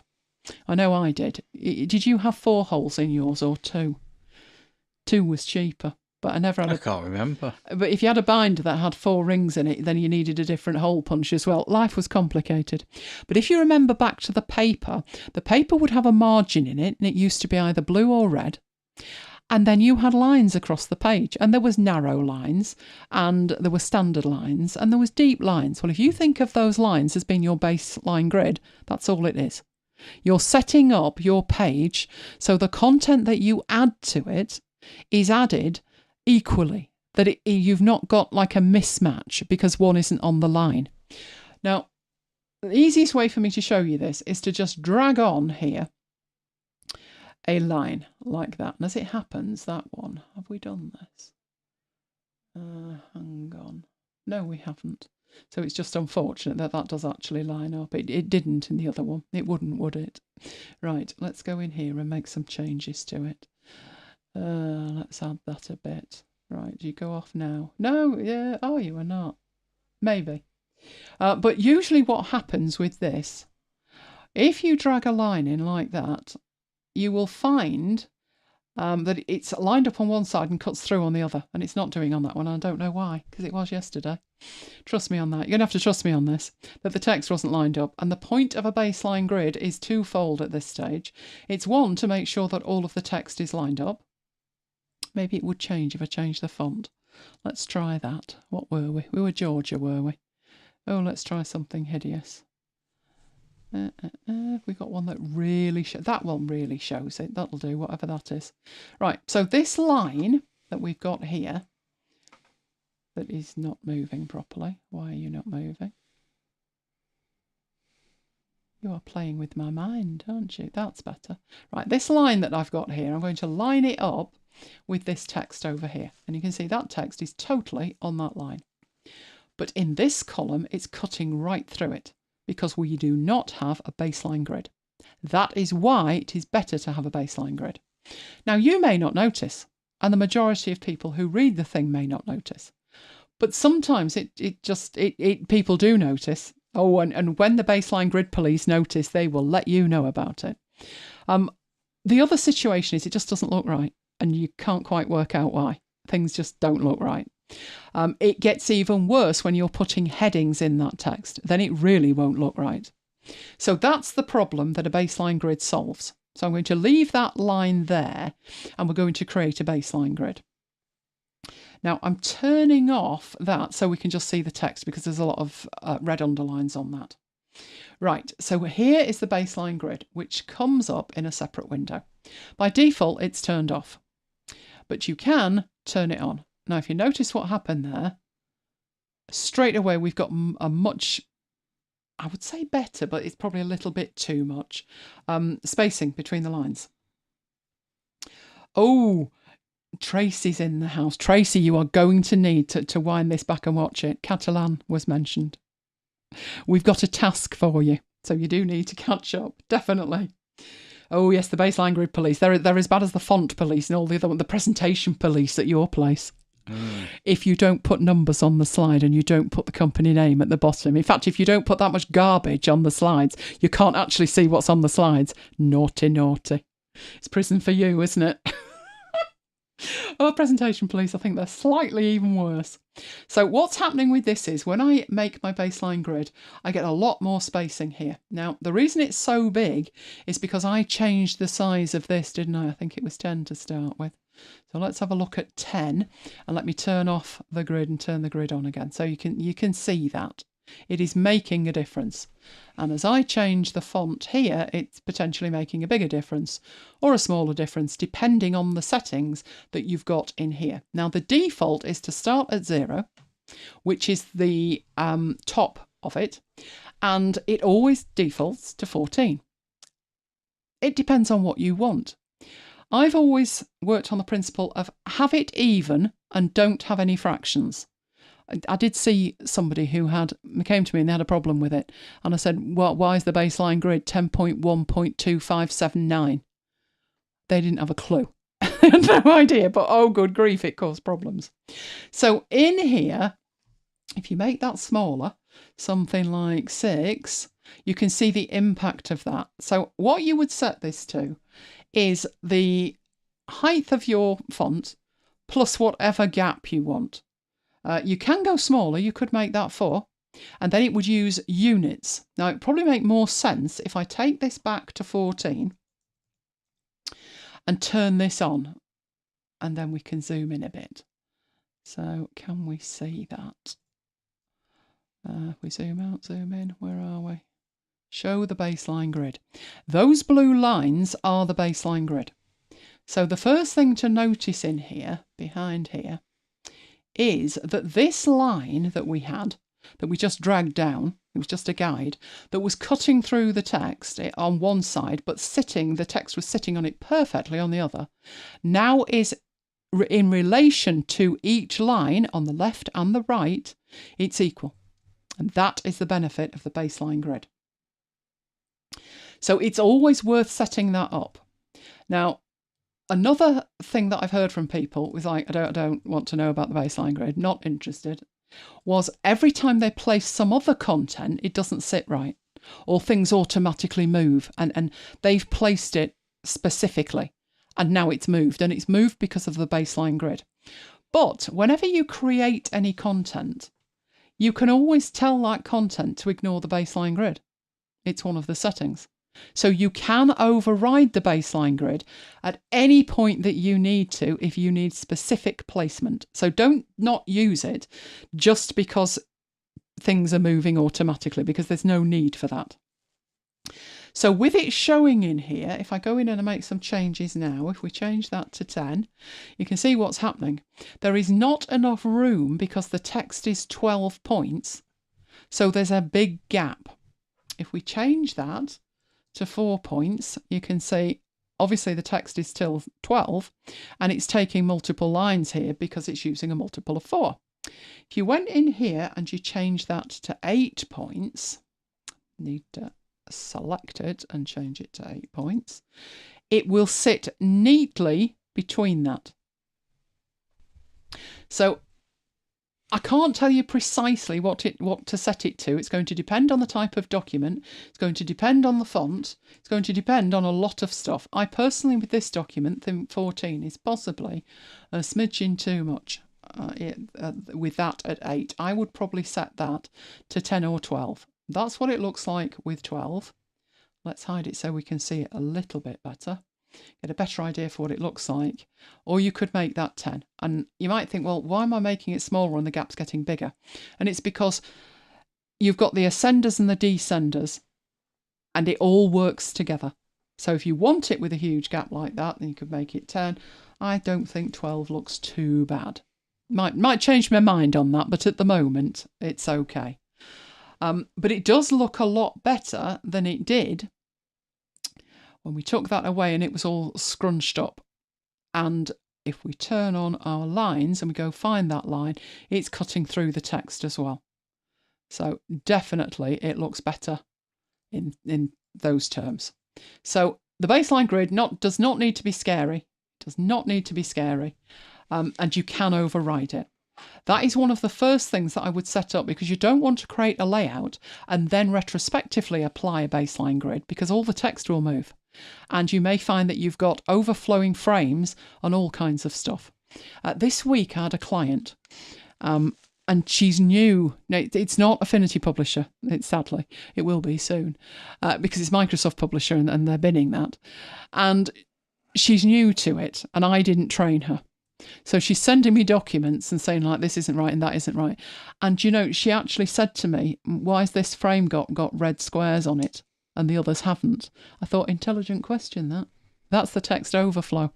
Now, the thing was, the only text that was overflowing was blank lines. So it wasn't really a surprise that she couldn't work it out. But there's a situation where you've laid it out perfectly, but then you've changed something.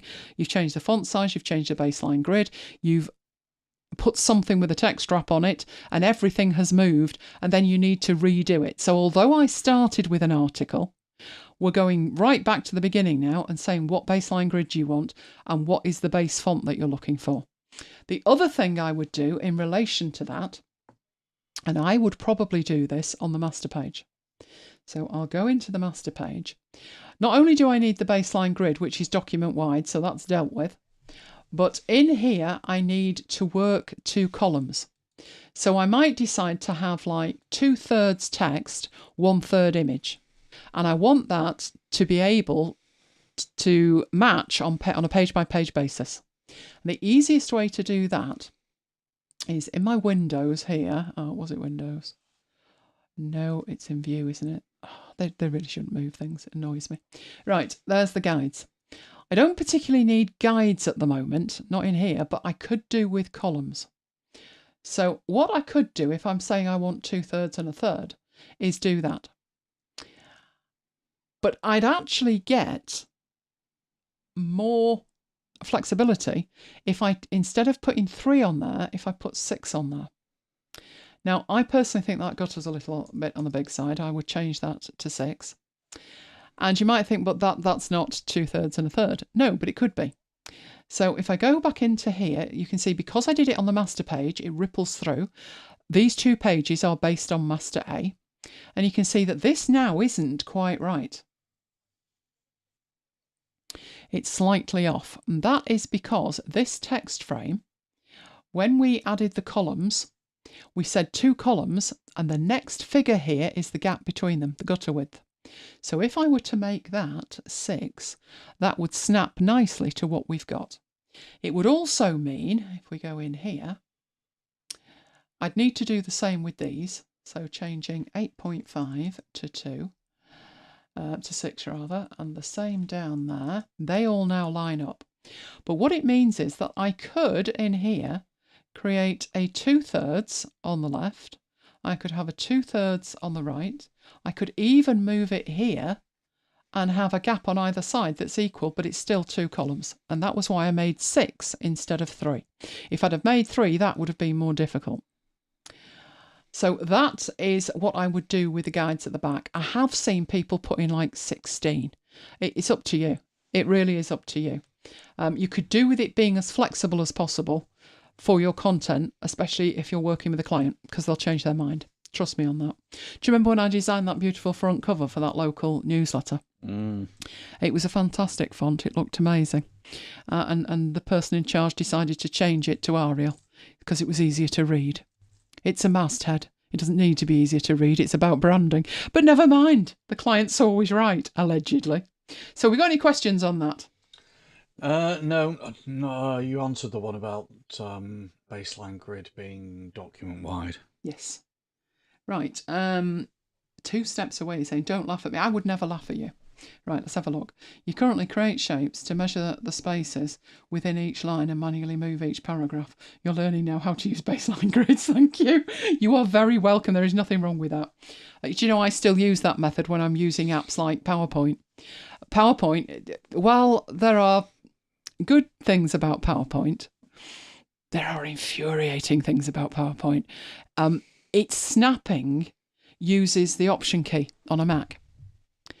Which you think, well, there's nothing wrong with that, is there? If you don't want something snapping, you have to hold the Option key down. Yeah, but what happens if you hold the Option key down and move something on a Mac? You get a copy of it. Oh, bad words are always said when that happens. So if I want to be precise, I either have to zoom into 400% or hold the Option key down, but don't do it until I've grabbed the thing, because otherwise I end up with 2 copies. Now, you add that to the fact I couldn't lock anything. I found out how to lock something in PowerPoint. There was much excitement today. It just doesn't work in the right way. But yeah, I do that. I make a box the right size and line it up and then work with that. It just depends on the app. Obviously, with the baseline grid, you don't need to do that. So now you know something that you didn't know, which is excellent. Right. So we've got no questions on that. No. We've definitely not got any questions on that. Right. Okay. So we have taken that to the point that we can start working on the actual outer framework of it. So the layout that we've got, we'll be able to use the content of it, but what I'll do is we'll start, we have got another file, haven't we? We've got this file. We can start using that one by applying the baseline grid to that and bringing our content into it. We're not going to need 2 of these, obviously. We would just choose one and then we're going to need to do the front cover. I'd imagine the front cover will be a week on its own right, but that is what we're doing and that is where we're up to. Right, I will head into here and have a look at what we've got coming up. And what we've got coming up, another show next week, 26th, how is it the end of April? Nearly my birthday, just saying. Give you plenty of notice. Another show, 9 o'clock, same time, same place. Available on demand, we have everything that we do. So someone mentioned earlier, couldn't find the files, couldn't find the recordings. You'll find everything at youtube.com/ElaineGiles. We also have this dedicated After Hours playlist, which goes right back to episode 1, which was November 2018. Wow. But it does. Everything is on there. Up until this time last year, no, hang on, longer than that. Up until about 18 months ago, the videos were made private when we'd finished, unlisted. but now the videos are public, so you should find them at Elaine Giles, youtube.com/Elaine Giles, but you'll definitely find them, and they are sorted in here, newest at the top. And you will find that at macbites.co.uk/afterhours playlist. And of course, we love you guys. If you love us, can you make sure that you put a like on the video, that you subscribe to the channel? You could even hit the notification bell and be notified. There's a notification bell. And of course, the comments. Now, I know it's a pain. You have to come back to the video, but it's worth it. No comments, no shows, because YouTube don't realise that we exist. Mind you, I saw a live stream earlier, you know. I think you saw the same one because we were talking about it. And there were 2 people watching, and one of those was me. And I thought, that's sad. You know, these guys were putting in a lot of effort into this show, and there was 2 people there. So we're very grateful that you're with us. If you could possibly find 2 minutes to whip back to the video and just put a comment on it, that would be most appreciated. Right, you will find my mail list at elainegiles.com/VIP. I can whiz through this now because we've got it centralised. Oh, wasn't that a good idea? Only took us 5.5 years to think of that. There is also the MacBites list at macbites.co.uk/macbites-mail.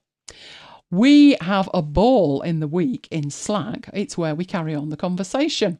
And you see, if you'd have been in Slack, you'd have known about Donkey 2 days earlier. And if you've got no idea what I'm talking about, then you need to go to Slack and find Donkey. I think he was in the, what's the channel? Not comment, random. It was, Donkey was random. But if you would like to join us in Slack, go to macbites.co.uk/join Slack. If you are already a member, go to macbites.co.uk/Slack. And you will find all of that, 5.5 years on, at macbites.co.uk/resources. I don't know if Tracy is still in the chat, but Renee is, and Renee knows all of that. I did put the Dutch translation on the resources page. It's come into its own now, hasn't it? It's a great way of sharing that. And I also put the Catalan in there. So we've got a thumbs up from Renee. I'm not sure about Tracy. We'll add it when we know. And I'll see if there's a Catalan flag I can put next to it as well. But you will find everything on there. I'll leave that on probably until next week's show. So if you want to go and have a look at it and you speak Dutch or Catalan, because it wouldn't make much sense if you didn't, but you can at least see the translation, can't you? Then you will find that at macbites.co.uk/resources. And finally, you will find us at all of those places.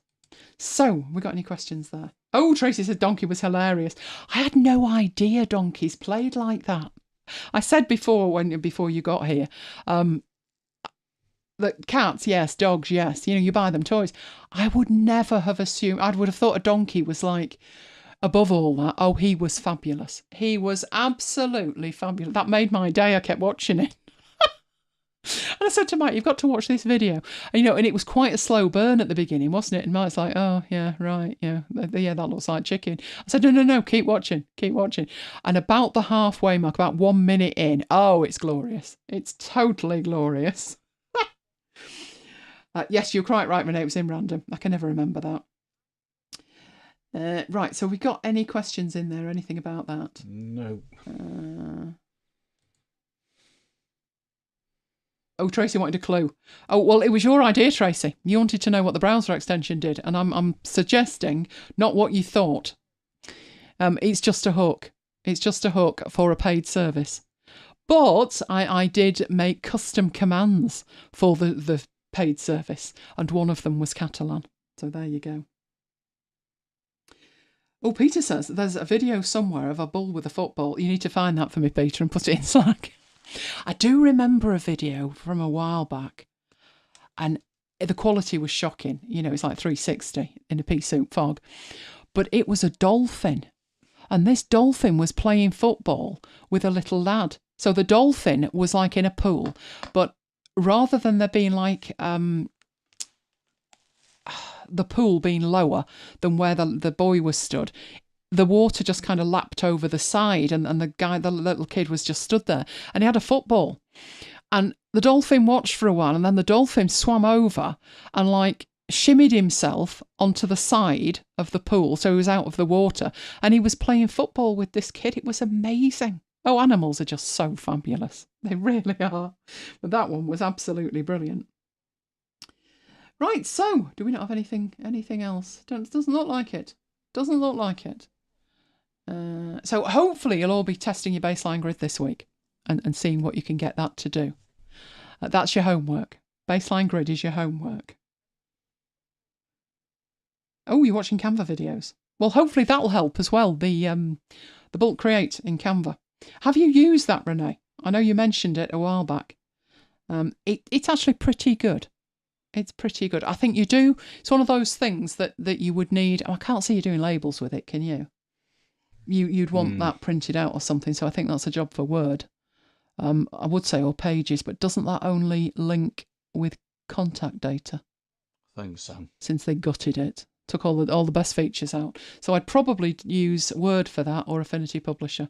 But if it's stuff for social where you want like different headlines on it, so if I collected all of my testimonials and put them in a file, then I could Feedback Friday them, couldn't I? The trouble is I always change the Feedback Friday. So I try and, because otherwise people will think they've seen it. It's different feedback, but the image looks the same. So I do tend to change it. But it's better than nothing, isn't it? There you go. Right, what's Tracy saying? Baseline grids have always given me problems. You have to watch it carefully, see if you can get over the difficulties. The trick with it is getting it the right size. But if you think of it as the gap that you want plus the size of the font, then it's not too bad. And sometimes it's easier to use a multiple. I don't like setting it as small as 4, but 6 or 8 maybe. Just depends on the actual job. But a baseline grid is better than manually trying to sort it out, because if you change the font or you change the size or something moves, you can end up with that mismatch between the lines. And like I said, some people won't notice it, but some people are pedants, and you will hear about it at great length. Trust me on that. We were discussing that in a network meeting today, and there was the session was going on, and people were in the chat with them. They were calling these people trolls. They were giving something away for free, these people. And the people who were accepting this free gift were coming back and saying, well, why isn't the course free? And why isn't this free? And why isn't that free? And they were saying like they're nothing but trolls. And you should have seen some of the comments in there that people had from people because something wasn't free. There was a percentage of stuff that was free, but not everything was free. I'm so over that. If something costs, it costs. And what gets me is when somebody says it's not worth it. No. It's not worth it to you. It might be worth it to somebody else. So you don't have a Raycast subscription, do you? No. Because you're not bothered about synchronizing the settings and you've got ChatGPT. So you wouldn't need the AI. So for Mike, $96 a year is outrageous. The features for him, aren't worth the subscription. But for me, they are. I've got more Macs and I'm doing more with it. So for me, it's worth it. For him, it's not. But it's not a case of like, you can't say generally something is too expensive. It's not worth it. On that basis, Marcus Rashford doesn't need all those cars, does he? True. He actually has a Rolls Royce. I wouldn't have thought a Rolls Royce for a lad his age was actually trendy. I would have thought something like a sports car or something, but a Rolls Royce? And anyway, he wrapped it around a lamppost. So did it matter if it was that or a Skoda? No, it didn't, did it? But I would say, the price of a Rolls Royce, it's not worth it. But for him, for some reason, if someone could explain that to me, that'd be grand. It's worth it. I don't know why. I mean, on the one hand, he's feeding the 5,000, isn't he? The poor children that can't eat, but he's driving around in a Rolls Royce. Well, he was till he wrapped it around a lamppost. So there you go. It's either worth it to you or it's not. It depends. So that's why you're saying to me, is Canva worth it? It is to me, particularly because Mike and I both are on the same account. For me, yes. But there are other services that I would say, there's a couple of services that I have had. I think I've had one for 2 years and it's up for renewal in about 3 weeks and it's going. I just don't think I use it enough. I now have an alternative. And the alternative is way cheaper. I think I paid about £22 for an app. And this service is $170 a year. So it's going. Other people have said to me, I would do without anything before I would do without that. And I said, well, it's obviously worth it to you. It's not worth it to me. It just depends. But things have a cost, don't they? Right. 2 Steps Away says, is there an After Hours with baseline grids? No, I did mention it. I can't remember when. But probably not as much as I explained it tonight. So I would say not. Have a go with it this week, and then if you've got any questions, bring them next week. There you go. So Renee says you've used it, but you want to be able to change the background template as well in Bulk Create. Yeah, you could possibly, well, you wouldn't be able to have it as a background, I don't think, because that's static, isn't it? You could have the images up there, but the problem is the data would have to be either copied from your CSV file or your spreadsheet, and then the images would have to be added one at a time. I wish they would do something about that, where you could just put in the name of the image and it would find it in your library. I think they'll get there, but we're not there yet. So when I think about making changes to them, the resulting images, I mean, it's not that you merge it and it pumps out a PNG and you can't edit it. You can edit it, but you have to. It's a manual job if you want to change the background or something. So it's good as far as it goes.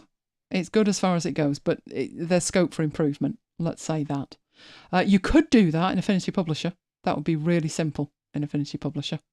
So here's hoping they keep that going and they don't dumb that down to match Canva. Yes, we want Canva to come up to the level of Affinity and not the other way. But you could definitely do it in Affinity Publisher. Right. Otherwise, you end up with the same social backgrounds. Yeah, I don't think for me it was that much of a big deal, especially if it was for a brand. If it's sort of 7 tips or whatever. But I can see that you would want some variation, which was just what I said, that with the Feedback Fridays, if they all look the same, people will think they've seen them. So I do tend to change them. I think I've got about 4 or 5 different ones at the moment, and they are all made by hand. But that's because I don't really have a database of testimonials. I should sort that. There's a challenge for everyone this week. Put a testimonial in on YouTube as a comment, and I'll add them to my system, and I'll bulk doodah them. In Affinity, that could be a demo, couldn't it? I could do that in Affinity and show you how to do it. Oh, you got me all excited now, Renee. You really shouldn't, a woman my age. Don't do that. Right.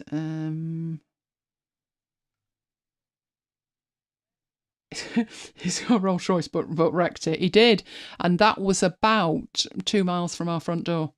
The training ground, probably as the crow flies, it's just behind Rachel's, isn't it? So it's probably about 3/4 of a mile away, the training ground. But you've got to go over rough ground. If you're going on the road, it's probably about 6 miles. And he literally wrapped it around a lamppost as soon as he came out the training ground. I said to you, didn't I? There's traffic lights there. It's a massive junction. How could you possibly be fast enough to wrap it around a lamppost? Right. I guess a Rolls Royce is like, you touch the accelerator and you're doing 60 mile an hour. But I mean, the police use that road as like funding for the police ball, don't they? If the police are a bit short of funds, they'll rock up there with their cameras and they'll catch every United player, because it's it's a long winding road, isn't it? And it's only an A road. It's not a motorway. It's not straight. And it's not safe to do more than about, I'd say 40, but it's 60 at places, isn't it? Is it 40, 50? I think it might be. But you shouldn't be doing that speed. You shouldn't. I mean, there's sheep up there, isn't there? And cats and dogs. And you can't see round the corners. It's far too windy. But he managed to navigate the windy road and then have an accident at the lights. Takes some doing that. It does. Right. What are we going here? You're definitely going to practice this weekend. Excellent. Excellent. Let me know how you get on. Please do that demo. Okay, Renee. So what are you putting on it, Renee? You've got a background and you want a different background and you've got some text on it. Are you putting like a headline on it? Are you putting any other graphics on it, like icons? So maybe you're doing like tips for all 3 Affinity apps. So you've got icons on them. What exactly is on them? That would not be difficult in Affinity. It wouldn't.